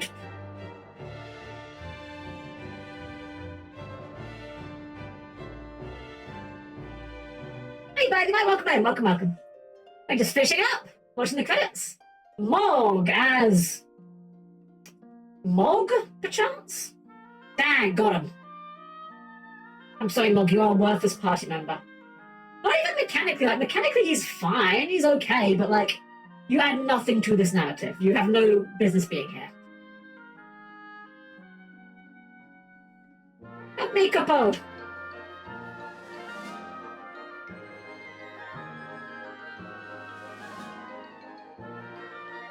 Oh, you have wings. Crane game the Moogle. The fur! Watch the fur! I'm not a stuffed animal! Oh.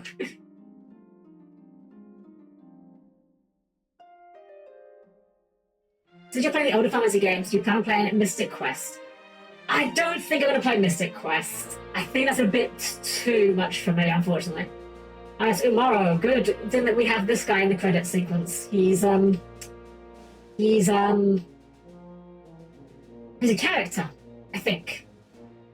Maybe. It won't open. Ugh. Angie Yeti noises.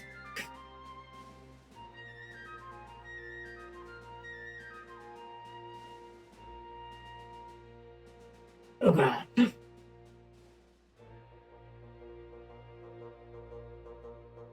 He is debatably a character, yes. Allegedly character. Wait, Go-Go? Why are you in the credits? You didn't show up. We didn't recruit you. Why are you even in the credits? We didn't even find you in the game. I knew you were here, but we didn't find you. Oh, is this just like a hint for where we could have found you? Is that the idea?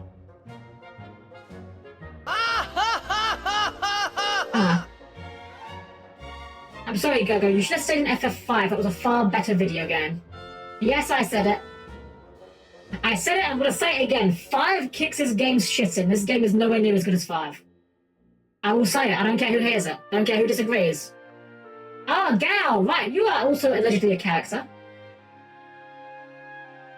What is this meant to be? Why is Gal's thing like a diving helmet with a cat in it? How strange. Shortcut! Take shortcut!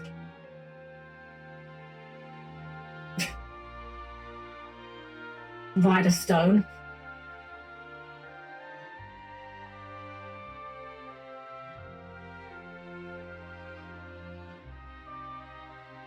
You never find the Zonia's belly.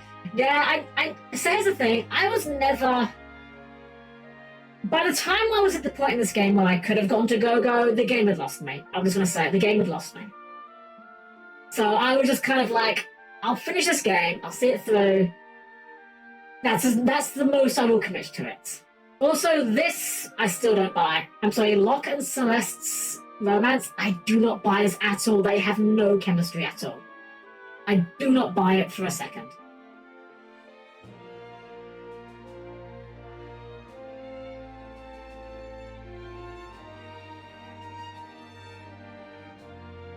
What did you just randomly drop? This is breaking apart.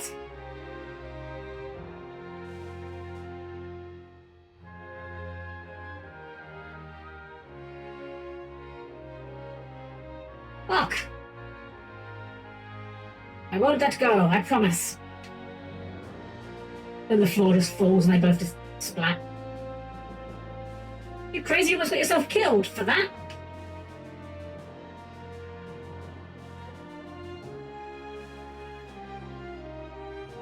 Drags her off.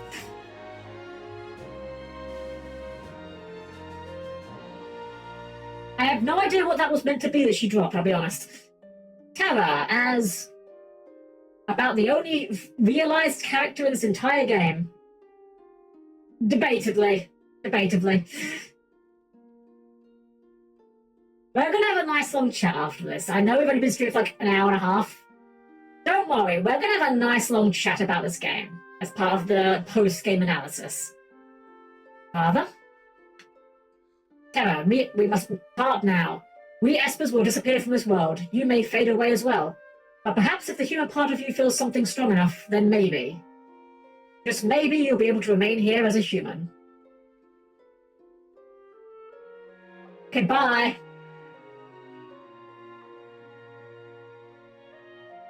Have fun living with the anxiety of never knowing whether you're going to just spontaneously disappear anytime soon. Okay, bye.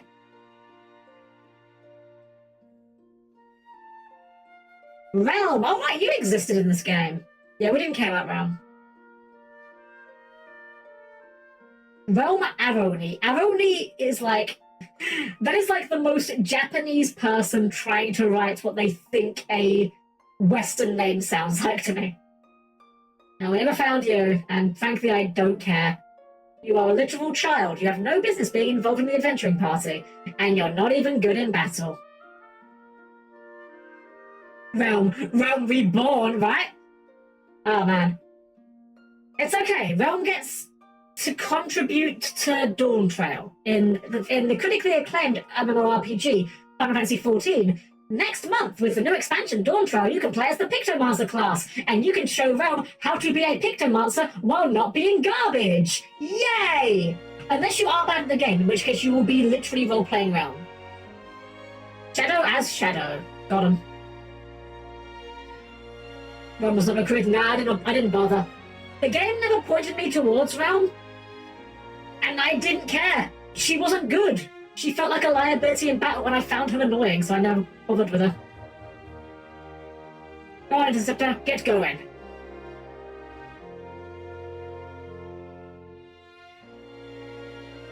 Take care of yourself, boy. No, just go with them, Miss and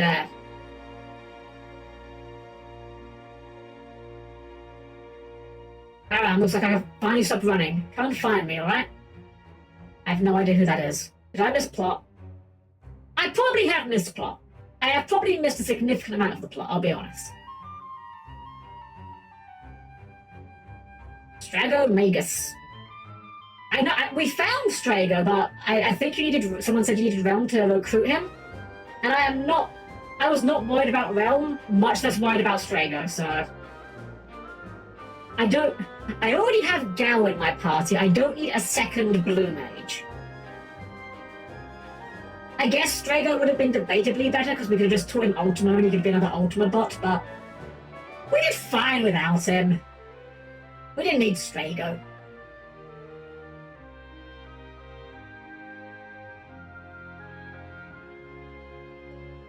And you. Me? I'm in the game! Damn!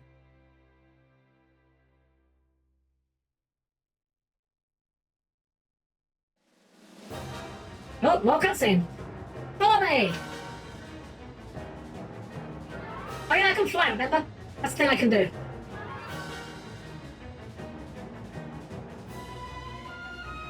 The last piece of magicite. Terra, you've done enough. Your power's getting weaker. I can tell this. Somehow.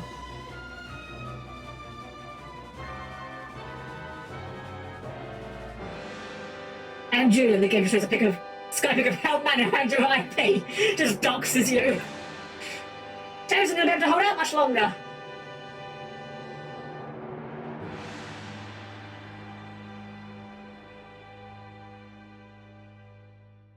Mode 7!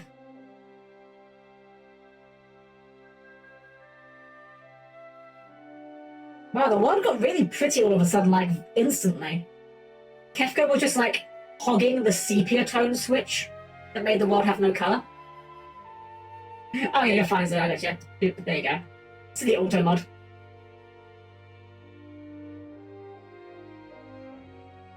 Don't give up hope, Katarine. You well-developed NPC. I won't either.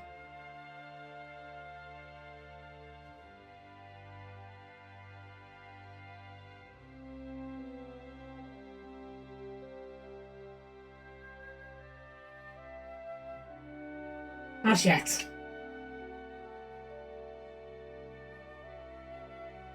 Not yet? Huh? What? Ever?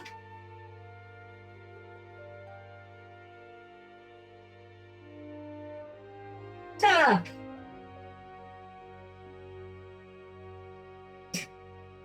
Drags her on screen.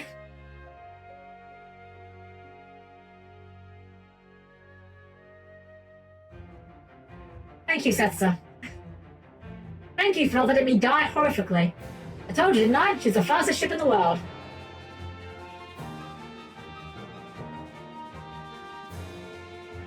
And that's the note you're going out on, okay.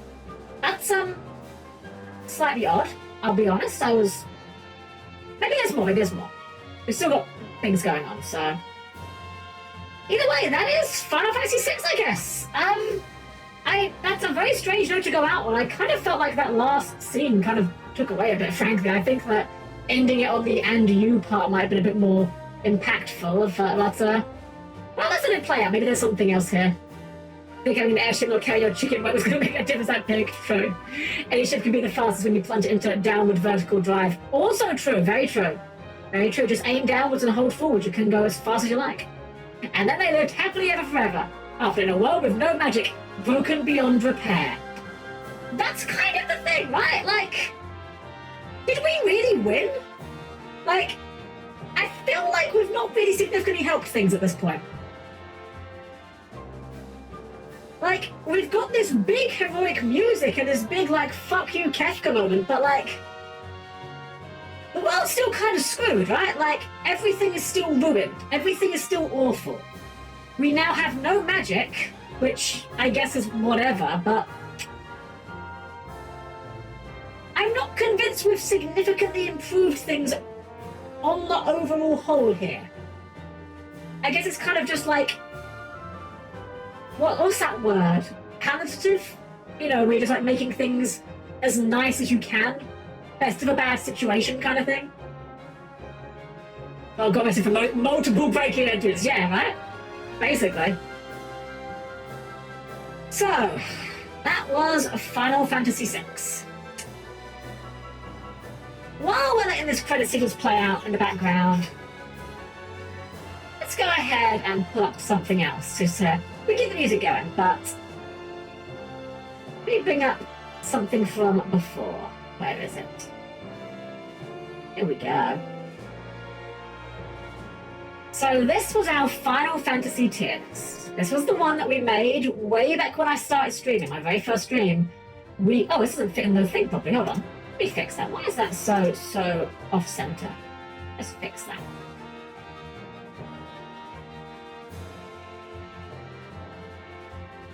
There we go. So, this was the tier list that we made when I started streaming. My very first game I streamed was Final Fantasy I, and we made this tier list.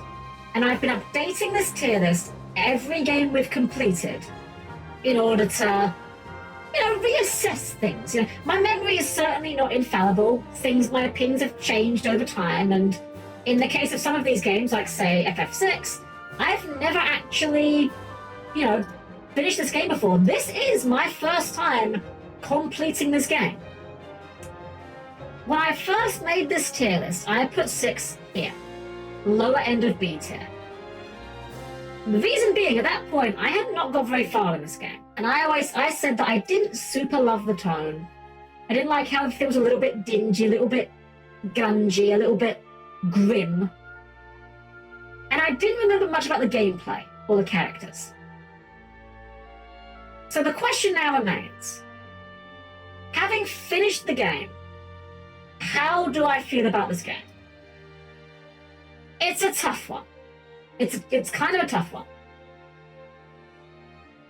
I actually might even move a few of these as way of assessing this, but we'll see. So ultimately when I think of 6, I think 6 and 4 have a lot in common. And unfortunately, I kind of feel like the things they have in common are the things that I don't like about them. They have a huge party, like, not a huge party, they have an issue with party members being, like, rotated in and out so often that they don't get the attention they deserve. I do think 6 is the better game than 4.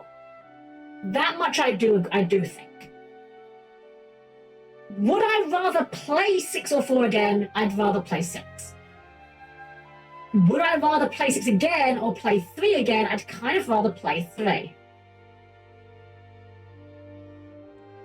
Now, that leaves 13-2, which is honestly a complete unknown factor. I've never actually played this game at all. I know absolutely nothing about 13-2. So, 13-2 is kind of just there as kind of a, just kind of a shrug. Throw up my arms. I have nowhere better to place it. However, currently, at this exact moment in time, I am more optimistic about playing FF8 rather, than I am about replaying 6. And I can think of more nice things I would like to say about 8 than about 6. So I think with that in mind, although I know that Sane is not going to be very happy about this one, I'm actually going to move 6 down into C tier, and we're tentatively going to move 8 up into the bottom of B tier. Now, do not misunderstand me. There is every chance that when the next time I play 8, I may reevaluate this and go, oh no, this belongs back in C tier. You know? But just at the moment, with my knowledge of 8, which I've played it a couple times even though I've never finished it. Oh, hold on, the credits are finished. Just see our party members off.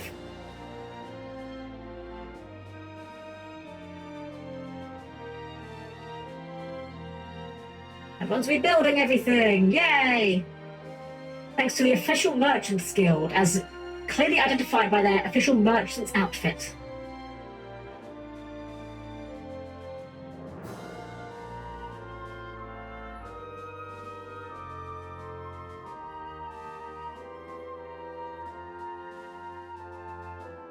I like how Gal's just sitting out in the corner. Not even the game knows what to do with him.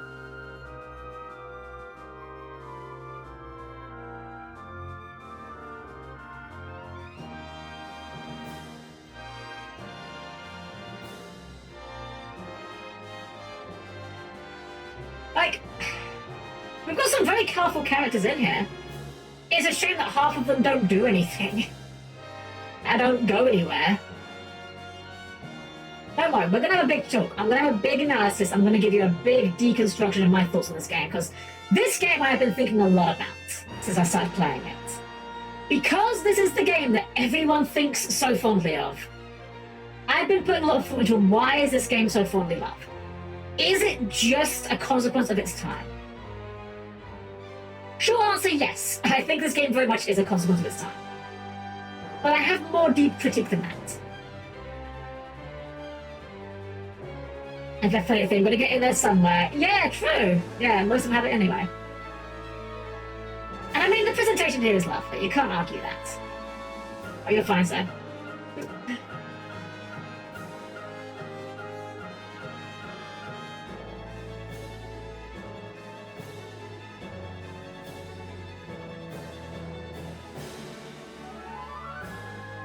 I don't remember this screen. What was this? Was this the ghost train? Huh. I have no memory of this place.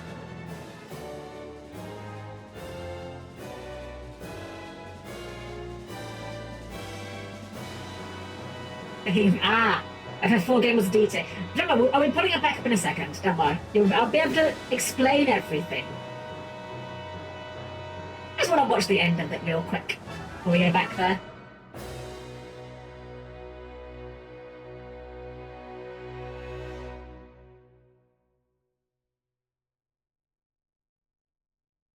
And is that everything?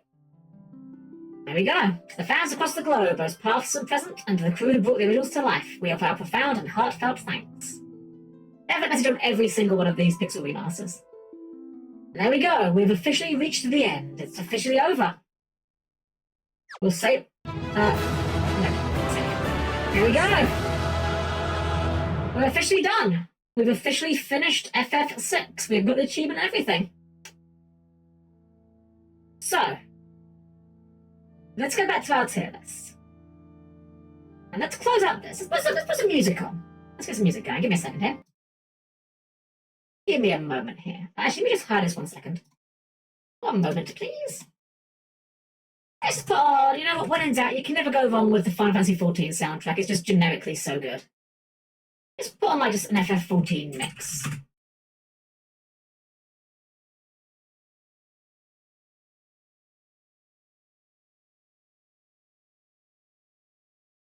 This will do. Turn down a little bit. There we go. So let's go back to our tier list. So here, oops. Here's a tier list. Here's where we're at. So, actually, it's a little bit loud. 1 moment. Let's turn you down just a bit. There we go. Hopefully you guys can still hear that. It's quite... It comes through quite loud on my headphones, but hopefully it's still audible enough. If it's a bit too loud or a bit too quiet, let me know. So yeah, FF4 I put in C tier. I did not like FF4 very much. And I don't like FF6 very much either. So, let's begin with why. Because there's a lot of things that are still a bit loud. Thank you, Avis. I appreciate that. I will turn it down a little bit more. There we go. If that's a bit loud still, then let me know, but hopefully that's sounding a bit better. The meters are looking pretty healthy on my end of things here. So, let me go through my thoughts on this game and what I liked about this game, what I didn't like about this game. The thing I would say I like the most about this game is the presentation. The environments, while I don't like the very grungy kind of like steampunky vibe, that's not my thing. I don't think that's a bad thing. The fidelity of it, obviously we've got the Pixel Remaster version, so it looks great, it sounds great. But I think it's like the best part of the game. I had this thought about this game in particular while I was kind of thinking about my thoughts about it. Actually, you know what? Let me change the category real quick. Post FF6 analysis. And we'll change to chatting, because we are just chatting basically now. There we go. So, I think with this game, I have encountered something about FF6 that I don't think I could say about any other video game that I can recall playing. FF6 would be better if it was not a video game. 6 to me just reeks of ambition. It reeks of the so awesome game. And when I say the so awesome game, it's the so awesome game is a concept that everyone has had at some point in their life. Whether you are interested in making games or not, or just have a passing interest in it, you have had the so awesome game happen to you. The so awesome game is the game you invent in your mind. The game that doesn't exist, but you are convinced if this game was real and someone made it, it would be so awesome. It would be fantastic. Everyone would love it. That is the so awesome game concept. And I think FF6 has that issue. There's so many things about it that scream of, we have these ideas, we're chucking them in there, fuck knows whether it's a good idea or not. We're just throwing them in there, and we're just going to full send it and let God work it out, you know? So, what am I talking about here? What ideas aren't good, what ideas are good? The cast, first off. The size of it, absurd. There is no reason for this cast to be as big as it is. In fact, you know what, let's pull up the cast real quick. Here we go. Let's look at the cast. Because Actually, I kind of want to go through all the cast and talk about the good ones and the bad ones. So, Terra. Terra is the main character. I've heard people assert that FF6 does not have a main character. I very much disagree with this notion. Terra is the main character, and you are not paying any attention if you don't think it is. Terra is, in my opinion, about the only character in this game that has a complete arc. You get her backstory, you get her realizing who she is and what she is, you get her coming to terms with that, and she develops as a character. She's the only character that you really get all of this viewpoint from. She is the main character. And if you disagree with that, I'll hear your reasoning, but I will call you wrong.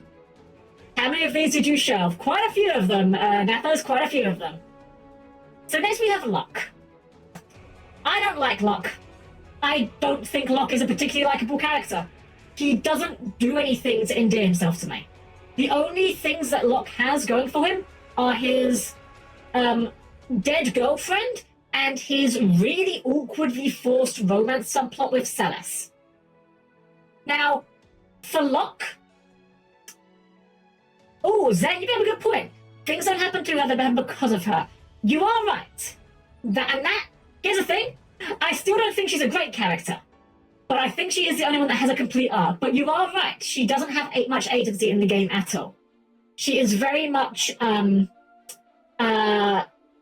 character that is interesting because of what she is rather than who she is. You could write any line of dialogue and tell me Terra said it, and I probably wouldn't argue with you. Now for Locke. Locke suffers from having an incomplete arc. You only get the end of his arc. You do not... So Locke has his dead girlfriend subplot. That's like his whole shtick, right? He's doing all the treasure hunting, trying to find the Phoenix Magicite to try and bring his dead girlfriend back. But I don't care. And the reason why I don't care is not because I'm mean and heartless or anything like that. I don't care because I've never witnessed this character. I don't know who Locke's girlfriend is. She could be a complete bitch for all I know. All I know about Locke's girlfriend is she was Locke's girlfriend and she died. So when we got to the point of the Phoenix Magicite, oh, I can't bring you back to life, sorry. I'm just gonna like shrug. I don't care. I didn't know this character. I'm being told to be sad for a character whom I have never met. Now, Locke. Well, Locke. Let's talk about thieves and why they're bad in RPGs for no good reason. All right. When you're playing an RPG, when you're playing, any RPG, really, but JRPGs especially, and a battle happens, what is your goal in that battle? Well, your goal is to reduce the enemy's HP to 0. And whilst doing so, you are trying to prevent your own HP from being reduced to 0. So, where do thieves come into this? What does the thief role contribute to this objective? Because stealing doesn't do damage usually, so it's not contributing damage. It might steal an item that could potentially do damage later or heal damage off of your party, but it functionally is something that just says waste a turn, even if it succeeds, right? Like, even if you stole the best weapon in the game from an enemy. Say you're fighting a boss and you steal a weapon that just says, this will instant kill literally any enemy in the game. That will save you time in the long run, but for that exact turn, it does literally nothing for you. It's a button that says, waste my turn. This is why thieves suck. They do not advance your game states. In the same way that in Yu-Gi-Oh!, gaining life points does not win you the game, and that's why life points, you don't care about gaining life points most of the time. Stealing items does not win you fights. Now, you might argue, well, what about if you do steal a really good weapon? That surely gives you an advantage in future fights, right? So you're saving time in the long run. The thief is indirectly contributing damage because they are getting you a weapon that makes you do more damage later. You can make that argument. However, consider this. If you are in a position in the game where you are able to click a button that literally says, waste my turn, you probably don't actually need that weapon, right? Like, imagine a game that gives you the best weapon in the game after you've beaten the hardest boss in the game. If you have beaten the hardest boss in the game, you've demonstrably proven you do not need the strongest weapon to do so. Nothing else is going to be harder than that boss. The weapon isn't going to help you out. You don't need it. It's the same thing with thieves, but to a much lesser degree. Whilst you could steal an item that gives you an advantage in the short term, if you're in a position where you're able to waste the turns to do so, you're probably like comfortable enough that you don't need the weapon. You're probably just better off just doing damage, right? The other thing with thieves is, and this is the worst part of thieves, they don't work. Like, in most games, thievery, or the steal command more accurately, sometimes just does not work. And I will die on this hill. I will say this to the moment I stop functioning. There is no reason why the thief skill should not work. You could argue, oh, but Helm, if stealing always worked, you would just steal from every enemy and get a bunch of items and get a bunch of gold. Yeah? And that is the thief's job. They're literally thieves. They're meant to steal. This is why they are in the party. If they can't do their job, they're bad at their job, replace them with someone that does their job well. As an example, Edgar. Edgar has his tools. Some of the tools don't always work because of stats immunity and whatnot, but if you click on the drill command, Edgar will use the drill. He will drill something and it will do damage. There's not a chance of it just saying, whoops, Edgar read the manual wrong and forgot to assemble his drill correctly. Or, whoops, Edgar didn't read the health and safety manual and got his braid caught in the chainsaw. Thieves have this in every game pretty much, and there's no reason for it. They should always be able to steal, because here's the secret. Your game has to be balanced around the idea that stealing either always works or always doesn't. If your game is always balanced around the idea that stealing always works, and it doesn't always work, your players are going to be weaker unless they are willing to put a bunch of time into it. If your game isn't balanced around the idea of them stealing, well, now your thief is just busted and has just become a needless time sink for your players. This is why FF1 Thief is the best at it. No steal command, no ability, no advantage in basically every way. Ah, but Jack, that's where you're wrong. The FF1 Thief is the best thief because it promotes to ninja and gets to cast temper. That's why he's really good. In fact, that stands for every thief. Because I've had people bring up to other thieves after I had this realization that thieves are bad. I've had people mention thieves from various other games to me. Like Bravely Default, the thief in that game is actually really good. But the thing is, the thief in Bravely Default is really good because it gets really powerful attacks, not because of the steal command. In fact, the steal command in that game, shocking I know, is actually kind of bad.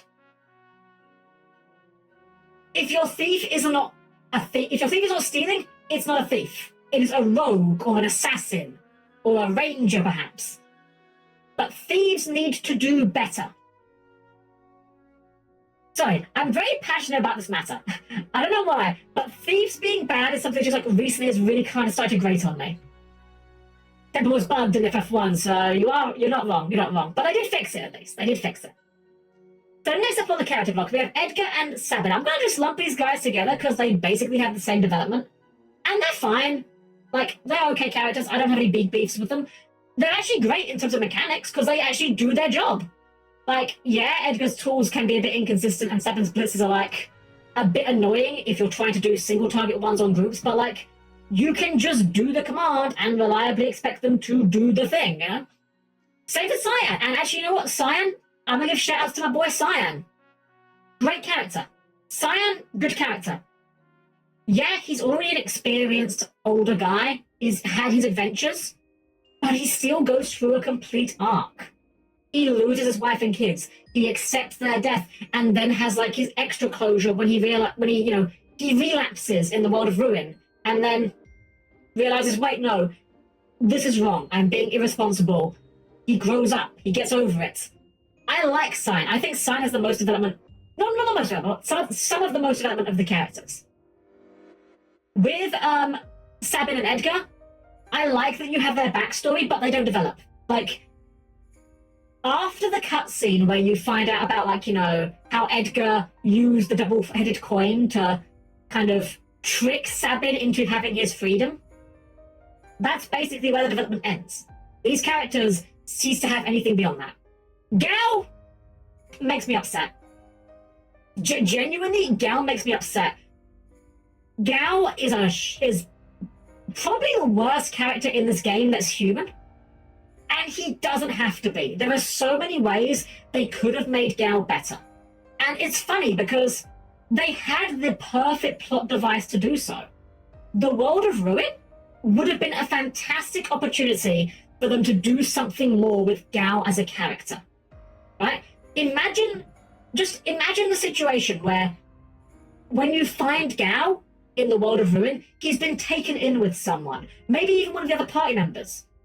He gets taken in. He's gotten a bit more civilized. He's gotten a bit more of a better command of his speech. He's still maybe a bit wild and rough around the edges, but he's starting to have a chance to express himself as a person rather than just as Gao, Gao, you are a person. Me jump into Velt now.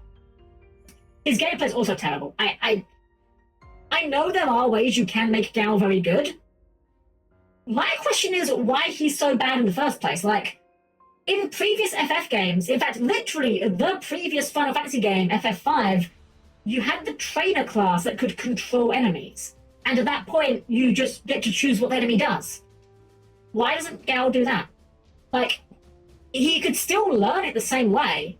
Still have him leap into the enemies and then learn the rages that way, but instead of it just being he goes berserk and does what he feels like, how about giving the player some agency over it, you know? Maybe let the player decide, you know what, I want to build Gao as a magic user, so I'll be using meteors, or I want to build him as a physical attacker, so I'll use physical attacks. But, yeah, no, that wasn't in the cards. Celeste. I may catch some flack for this one. This might be the hottest take here. This may be the most unpopular thing I'm going to say about this game, potentially. I don't care for Celeste. I think Celeste has absolutely nothing going for her in terms of being a character.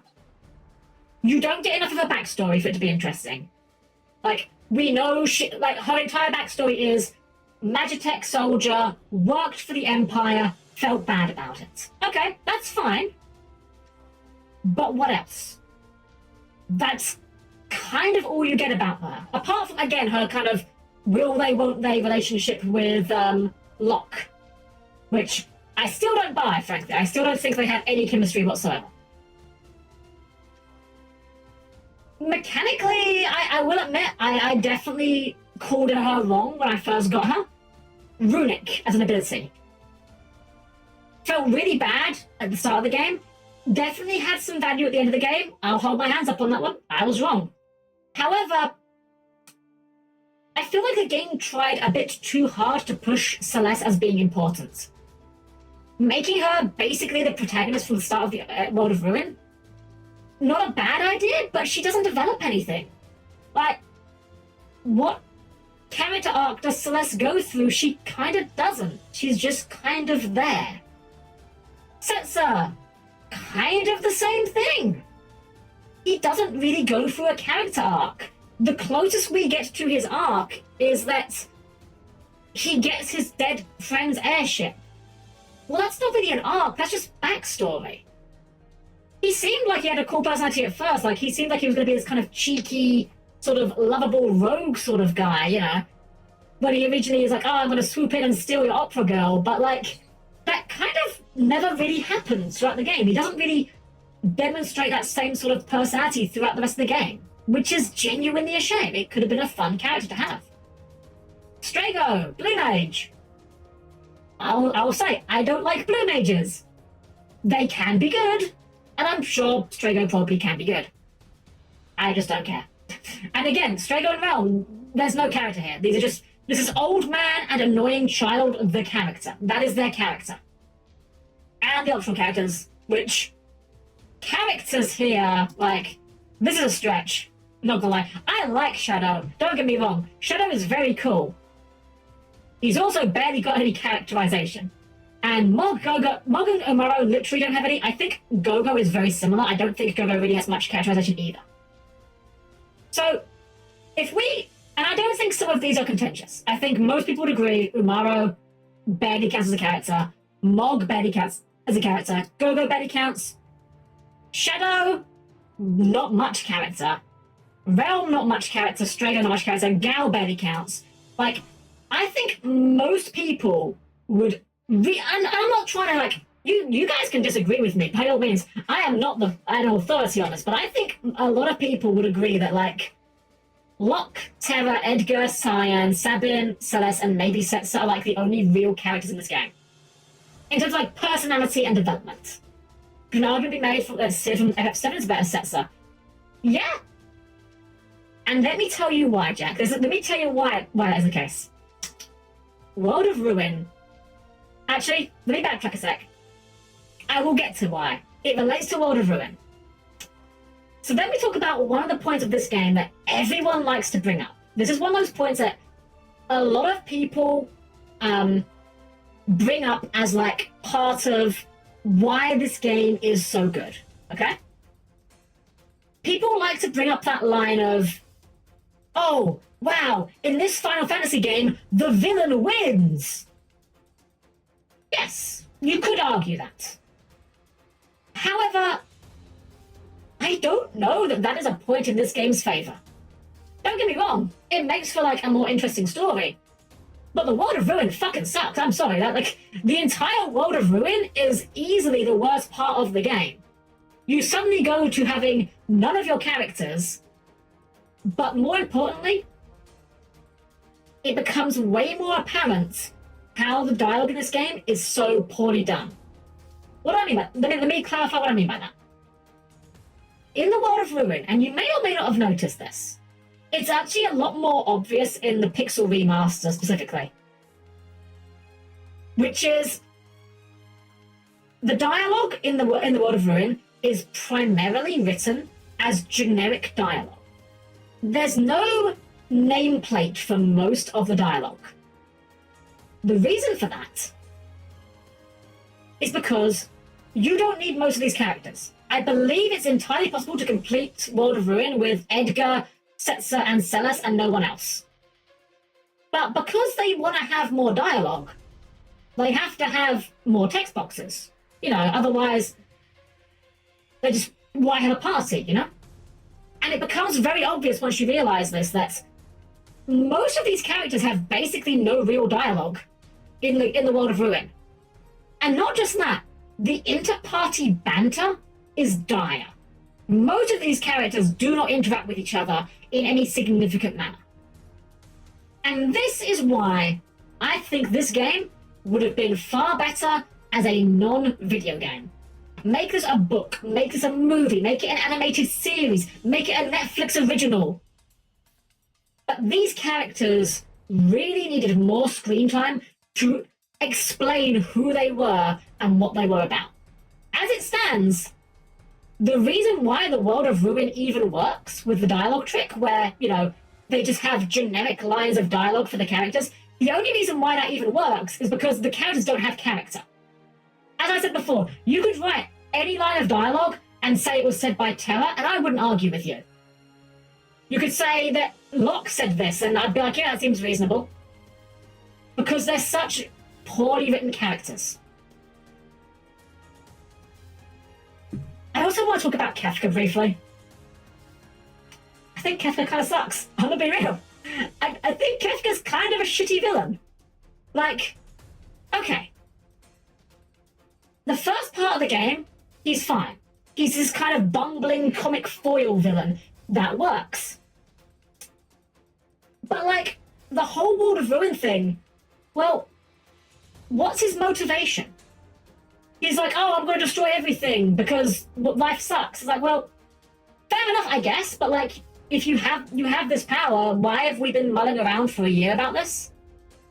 Like, I don't get what Kefka's point is. Like, I guess maybe he's just like nihilism incarnate. Maybe that's just like what they're going for here. But I've never really bought that as like a villain motivation. To me, that is the kind of motivation for a character to off themselves, not to off everyone else. It doesn't make sense to me. Especially doesn't make sense to play this really long con that requires multiple moving parts to make sense. Speaking of which, while I'm on my bitching spree, because fuck it, we're here now. This is just the world we live in now. There's a lot about the plot in this game that maybe I'm overthinking it because I'm trying to find like flaws, which maybe I am, maybe I'm not, I don't know. I don't like actively looking for things to complain about, but I had a realization about this game. There's a couple of pretty big plot holes in this game. Like, not even ones you have to think about that hard about, right? Now, it's entirely possible that some of these holes that I've observed might just be as a result of me not talking to everyone. Maybe it was more expanded upon in NPC dialogue that I skipped, maybe. But, like, let's take the very start of the game. The very beginning of the game. Terra gets sent to Nash. She's under mind control. They stomp in with their Magitech guys. They set people on fire. They're kicking dogs in the face.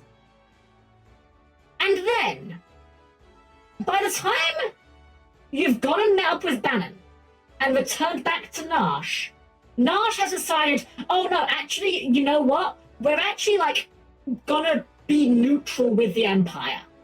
And I'm just sitting there like, sir, they literally just came in and murdered people in your town.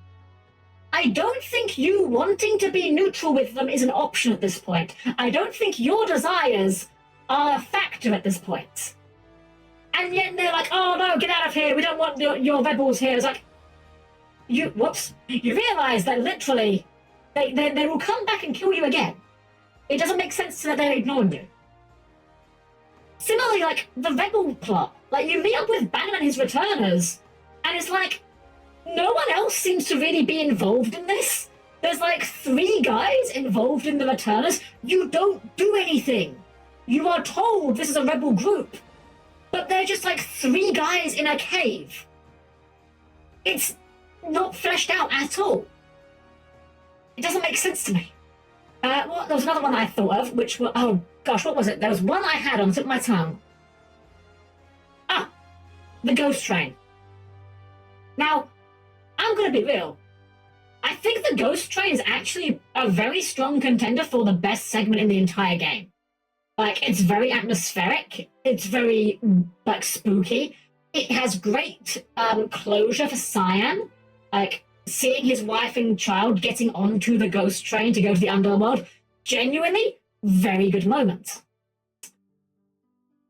How does everyone know what this is? Like, when the party gets to the Ghost Train, I forget who says it. I think it's maybe like Sabin or someone says it. Someone knows the Ghost Train is a thing. How? How do you know the Ghost Train is a thing? How do you know what a train is? Like, don't get me wrong. I'm on board for some, like... Oh, the music stopped. Oh, no, it's just quiet. Never mind, we're fine. I'm on board for some, like, poorly defined setting. Like, I don't mind mixing the tech levels. I'm perfectly okay with a setting where people have cars and mobile phones, but also have swords and axes. That's fine. But there's no trains. There is the Ghost Train. And that's it. Well, wouldn't the Ghost Train just be the train? Like, am I missing something here? If the Ghost Train is the only train in this setting, it's just the train, surely. And it's weird, because, like, there's a lot of high-tech things here. I can definitely believe that trains exist in this setting, because we have airships, we have cranes, we have Magitech guys. But we don't see any. I know I'm ragging on a game that's kind of like, again, very old game, hard limitations and whatnot. I understand these things. But it just feels like we just shove this in the game because it's a cool idea. Oh, I know, let's just throw in a Ghost Train segment. It's cool as heck. But now you have to rationalize that within your setting. Why is this here? Why do we know what this is? Why does this take the form that it takes? A train's like an airship, but slower, on the ground, and can't go anywhere, doesn't have rails. It is. It's also the perfect middle ground for an airship, you know? Like, if not everyone has it, then, yeah. Here's some of my issues with FF6. Oh, okay, let's go by one by one. Attack command is ass. Yes, I don't think we use the attack command for most of the game. It's outclassed by commands like Bushido, Blitz, Throw, It's outclassed by commands like Tools, Blitz, Throw, and Bushido in the early game. Mid-game is outclassed by Magic Command, One-Shot Petalers, Osmos. Becomes kind of useful if you get with certain various like Genji Gloves and Master Scroll, but it's so limited and only one character benefits from it. Yes. That said, I will say, well, I fully agree with you on their ARM. That is, you're 100% correct. I will say, though, there is always a risk of it going the opposite direction. In the earlier FF games, for example, games like, say, FF4, a lot of the time the attack command becomes the only command worth using. I don't know that there's an easy answer to that, but it's certainly something that can happen. But you are not wrong. The attack command is largely worthless in this game. Trades are banned after enemy invited too many 2000s. Oh my gosh. Other thing that I don't like in this game, the size of the cast. Why is this cast so big? What does it add to the game? So, like, let's think about what this actually adds to the game, right? We've now got a situation where we have 10 characters plus 4 optional characters. We've got 14 characters here. Of these characters, we now need to level all of them up. We need to grind magic for all of them. We need to learn Velt charges, rages for Gao. We need to learn blue magic for Strago. Mog has his dances, although they're not really that good. Like, all this does is make a situation where you've got 4 times the number of characters that need to be grinded to be any good. And the game forces it. So there were 2 dungeons. You have the Phoenix dungeon and the final dungeon. And maybe there's another one, I don't know, maybe I missed some, but there's only really 2 dungeons in the game where the larger party sizes matter. And I would argue even then, that is completely irrelevant. That final dungeon, you could have simply made that into a linear path or a semi-linear path with branches and had only one party involved. It would have been the exact same experience. And it would have made it feel less like, well, shoot, now I have to go and level up fucking Gao, I guess. Just make me wonder if it's a case of Squaresoft riding that hype of the last few years of the series and we're just focused on pushing it further and experimenting more than necessary. An issue that could maybe be argued about with them over the years with several of their titles in FF. Yes, I agree with you, Jack. I do agree. When it comes to FF, they do like to experiment. Sometimes those experiments work, and sometimes you get games like Final Fantasy 16. And I think in this one, weirdly enough, I feel like this game is almost not experimental enough. In terms of like the overall structure, you know, the huge party size, that's experimental. In terms of like some of the narrative things they were doing, that was experimental. In terms of actual gameplay though, this is basically Final Fantasy IV with espers attached. And I'd kind of rather we didn't have the espers. Because this game creates another situation that I don't like. Which is, we've got all these characters here. But did you notice that by endgame, Terra was casting Ultima, and Locke was casting Ultima, and Edgar was casting Ultima, and well, Cyan was still punching things, and Cyan was still stabbing things. Gao is just Gao, but Celeste was casting Ultima, and Setzer was casting Ultima, and Mog was casting Ultima. You see what I'm getting at here? This issue is not unique to this game. Far from it. FF7 has this issue, 8 has this issue, 10 to a degree has this issue. Any system that allows you to put any ability on any class, or any character I should say, makes the characters feel pointless. Like, why would I ever use, say, Setzer, when I can just use Terra, who has better magic and a command that actually does something? Or Celeste, who has better magic and an ability that situationally is very helpful. Like, why would I ever use half these characters? In FF7, you have this exact same issue where it becomes choose which character has your favorite limit break, which basically just becomes Cloud, Yuffie, and I forget who has the last one. I think it's Sid are technically the best because their limit breaks hit the most times. So once you're hitting the damage cap, they're just the best options because they just hit like quad nines more often, basically. It's not unique to this game, but it is a problem with this game. I think one thing they could have done to make this system work better, and I know, Helm, come and give your game design thoughts on this ancient game. I know. I'm beating the dead horse, but I think the Esper system would have worked a lot better if the spells were tied to the Espers, perhaps. So instead of teaching every character Ultima, you can equip Ragnarok to one character, and that character that can then use Ultima. Maybe even in that case, allow multiple Espers to be equipped. What would be the harm? Either use Ultima till it becomes Ultima Butter Simulator. I mean, that is true. Any JRPG is generally going to come round to having the optimum strategy, you know? That will typically end up being the thing. The thing is, though, is that I'm okay with there being an optimum strategy, but if the optimum strategy is the same for every party member, it feels like something's gone a bit wrong to me. One other thing I'd like to point out as well is, like, Sabin. We had Sabin on maxing out his strength. Like, we had him on Bismarck since we got Bismarck.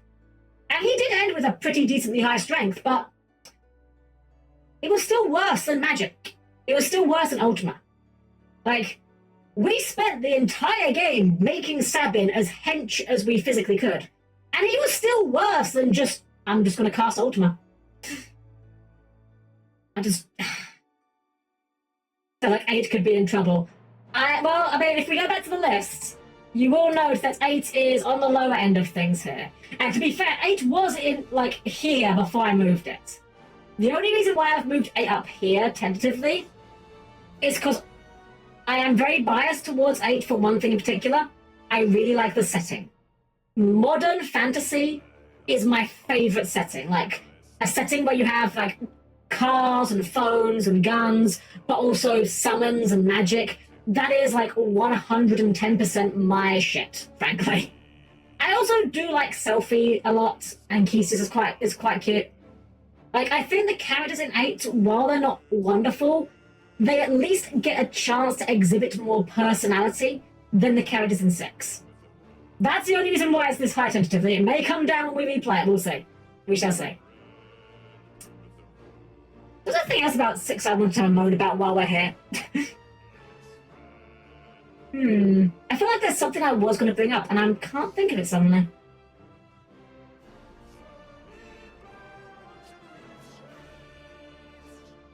Yeah, no, I'm kind of drawing right now. I thought I had something else I was going to bring up, but it's suddenly, like, oh, I know what I was going to say. Gao, in particular, worst blue mage. The Velt system, so when I was doing my off-stream grinding, I was grinding on the Velt to try to find Gao a better rage than Behemoth. You will note that I said the word try. Because you know what I really love with my Blue Mage? An extra level of RNG! Let's go! I'm going to bring the mod while I was playing again, but here it goes. The way they change the Esper system is only certain characters can equip certain Espers. For example, up to the World of Ruin, the only Esper Sabin can equip is Keishi. It's summon heals based on stamina, and spells that teaches Imp, Float, and Sleep. That's an interesting system. My only thought at that point would be if you're restricting the Espers at that point, I would question, do they need to be their own system at that point? Like, I would argue at that point just make magic a thing characters learn naturally over time, potentially, but that seems like a good compromise into making them feel different. That's for sure. Oh, I have worn my throat out, but was always complaining. We might wrap things up a little bit soon, guys. I know it's been a bit of a short one. I didn't really know how late we would be going tonight. I didn't know how long the final dungeon actually took. So we might be able to pick it up a little bit sooner. Wait me a second here.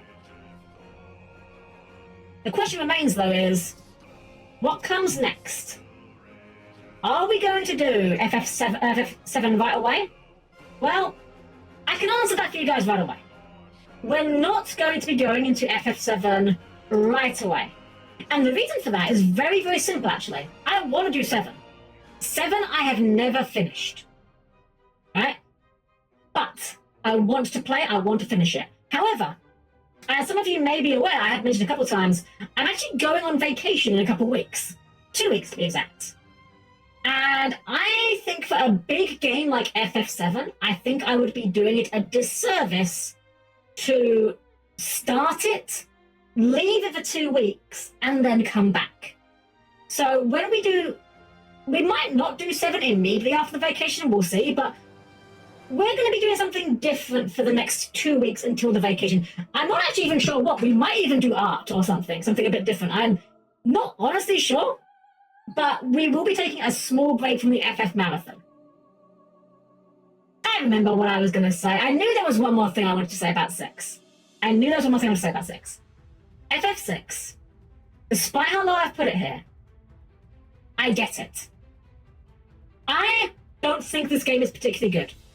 However, I do get why people like this so much.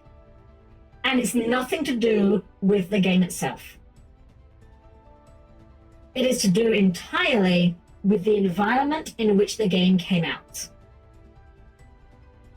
Consider the fact that I'm playing this in, 2024, when FF6 isn't not only is FF6 not the newest Final Fantasy game, like, there's been 10 more since then. Well, 9 more since then, actually, but At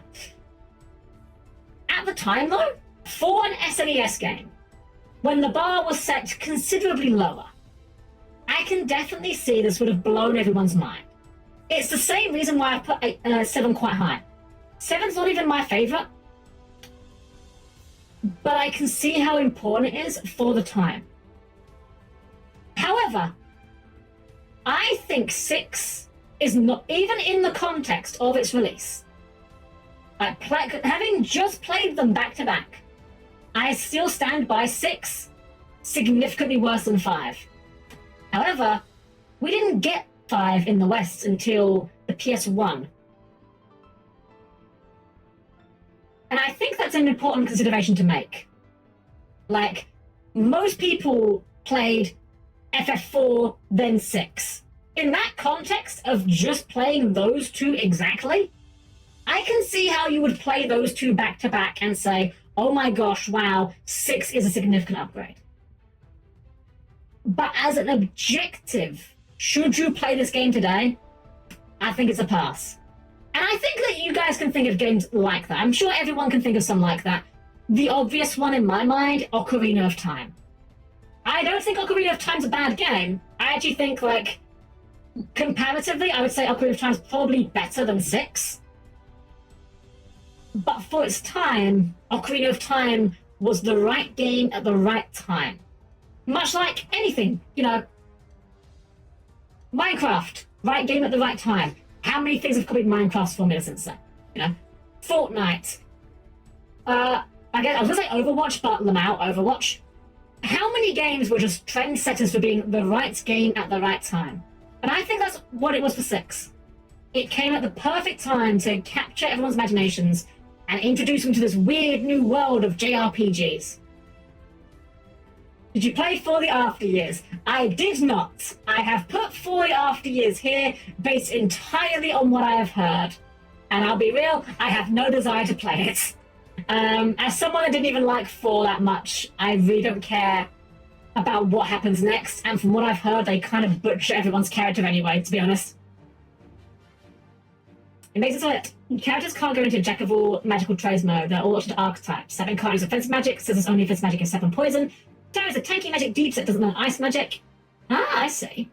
Says as a fast magic deep set doesn't learn fire. Huh. Interesting. That sort of approach I do like. I do like giving characters identity.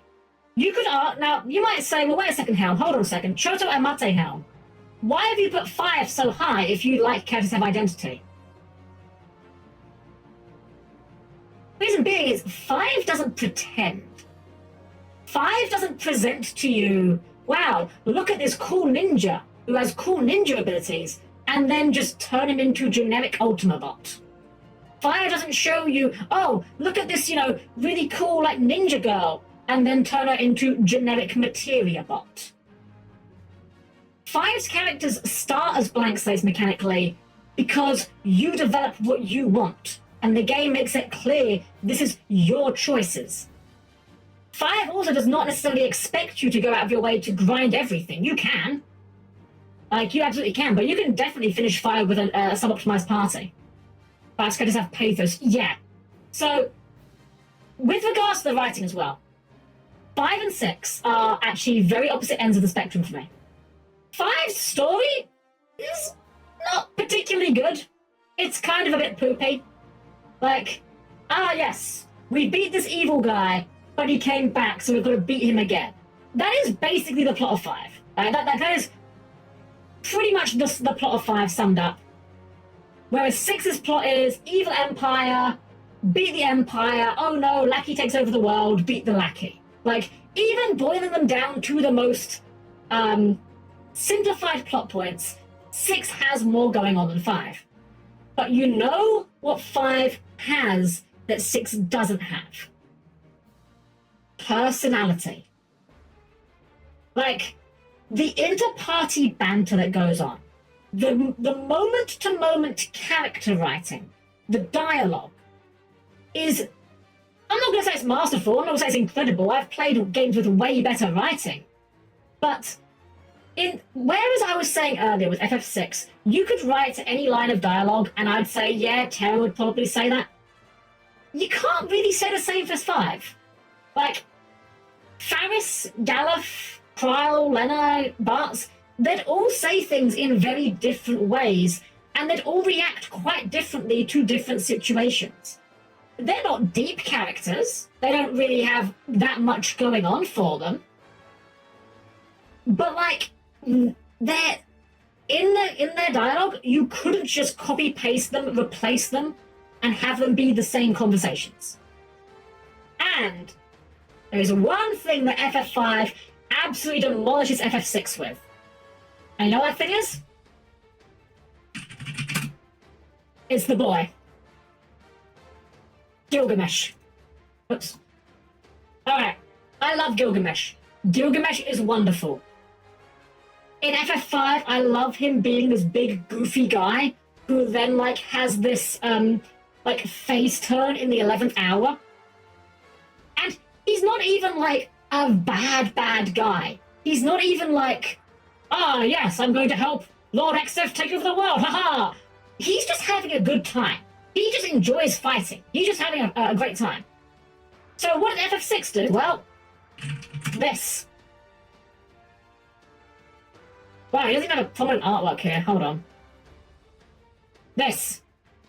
This fucking thing. I'm sorry. I do not like Ultros. At all. Ultros feels like they were trying to make a second Gilgamesh. And it doesn't work. Because Gilgamesh is a goofy character in a game that is already quite goofy. Ultros is a goofy character in a game that is attempting to present itself as being something you need to take seriously. You have these scenes, the beautiful opera scene of, Celeste doing her song, and then suddenly Octopus appears. Why? Why is he here? He's not funny. He doesn't tell jokes. He's just comedy for the sake of comedy. And he doesn't even have the payoff that Gilgamesh has. Gilgamesh actually has that payoff where at the end, he comes back to help you out. And yeah, he's not deep. But you get an idea of what he's about, and it's a payoff for putting up with him. When Galuf died, we actually cared because he was our friend and valued party member. In FF6, if any of them had died midway, we wouldn't have cared. Heck, I would have hold me to grind, didn't even bother to recruit a Helm Spectre, so I might as well have not even survived World of Ruin. Exactly. Well, heck, Shadow maybe didn't. Shadow's optional, why? If someone, it might have been, I forget who it was, it may have been used, and I apologize, I'm very bad with remembering names. Someone told me how to get Shadow in the party for World of Ruin. I had no idea about that. Literally, Shadow is an optional party member for World of Ruin. Why? It's bizarre to me, it really is. But yeah, as you said, like, Galuf is a valued party member. Heck, Minwoo. Okay, we all know I am the world's biggest and possibly only simp for Minwoo. We all are aware of this. But again, I will once again present my compelling argument to you all. Hold on, it's on this page. I thought it was on this page. Is it not on this page? I haven't got this on. Oh, look on this page. Okay, never mind. Well, anyway, Minwoo has amazing abs. That's my compelling argument. Anyway, Minwoo dies, and you know what? I cared more about Minwoo because he was at least really strong. He was a very big, powerful character for that point in the game. He had like holy and stuff, you know. Galuf dies. Yeah, he's been with you from the whole start of the game. You've laughed with him. You've gotten mad with him. You get to see him go full-on local man, too angry to die mode as he bodies X-Death 1v1 IRL, bro. Meanwhile, like, the FF6 cast, I'm just like... I guess I'd be kind of sad if Sabin or Cyan died. Like, I kind of like Sabin, but that's mostly because I have a very strong bias towards himbos. And, like, Cyan's kind of cool, but, like, I don't think I'd have been too sad if he did die. Like, it would have been a shame, sure, but, like, I would have been upset. Gao, on the other hand, I would have been actively celebrating. Like, I'm not even going to pretend. I'm sorry. Sorry, Gao, get the fuck out of the party. So, I think that about sums everything up. I think I've kind of belabored the point enough that I don't really like this game that much. But you know what? Again, I get it. In the context of when it came out, compared to the other Final Fantasy games and the other JRPGs in general that were available at that time, I get it. I don't think I will ever have the appreciation for this that the die-hard FF6 stands do. And that's okay. I don't have to. They're allowed to like it. I'm sure they'd look at me funny for saying FF5's my favourite. And you know what? That's okay. It's okay to not like things. With that said though, guys, I think we're going to wrap things up. I've been talking off a storm right here. And I am definitely going to go and get some hydration for myself. But I think we're going to end stream a little early. I know it's been like a very short one tonight. But we've done what we set out to do. So let's go and have a look, see who's online that we can raid into, shall we? So please keep your arms, legs, and other body parts clear of the closing doors. And I'll see you there in just a minute. Alrighty, everyone. Well, thank you for joining me tonight, because even though I might not have had the greatest time with FF6, I am glad that we did actually play it. Even if it's just so that I can now say to people, yes, I don't like FF6, let me tell you the multitude of ways. But for now, we're going to raid into someone. Let's see who's online that we can raid into. We're actually ending quite early tonight, so we've got quite a lot of choice tonight. Let's have a look-see here. A lot of folks online tonight. How long have they been going for? I want to make sure we're not raiding this one's about to finish. When was it placed on the tier list? You know what? It was placed in the top of C tier. So I rate it as not awful, but I would definitely put it as like, I would not recommend it. There are certainly there's certainly far worse games you can play, but there's also certainly far worse games you can play. Alright, so let's see who's online we can raid into. Oh, you know what? I don't think we can let them go raid for a while. How long have they been going for? Oh, they've been going for a little tour. That's wonderful, yeah. We're going to raid into Sylvie. Sylvie Close. She's playing some Gundam Battle Operation 2. And she's not in game yet, so she could be waiting a while. So let's keep her some company, shall we? So here's the raid message of course, perfectly normal and made raid. For those of you that subscribed, you can put the emote at the end here. If you're not subscribed, you can always just leave it off. Put a smiley face, put whatever suits your mood in there. That will be our raid message, everyone. For now, we're going to get ourselves going for the evening. We'll be back on Thursday. We'll be back into Yu-Gi-Oh! Master Duel. I'm going to be taking the new event. The Link Fusion event. I've got a couple of ideas, but we'll have to see what actually pans out for us. For now, though, everyone, thank you all for joining me tonight. Thank you all for putting up with my bitching. And yeah, that's basically about it. Thank you all for being here again. Have a wonderful rest of your evening. Give some love to Sylvie when we get there. Hope to see you all again through the week. And as always, everyone, it's been a pleasure to serve.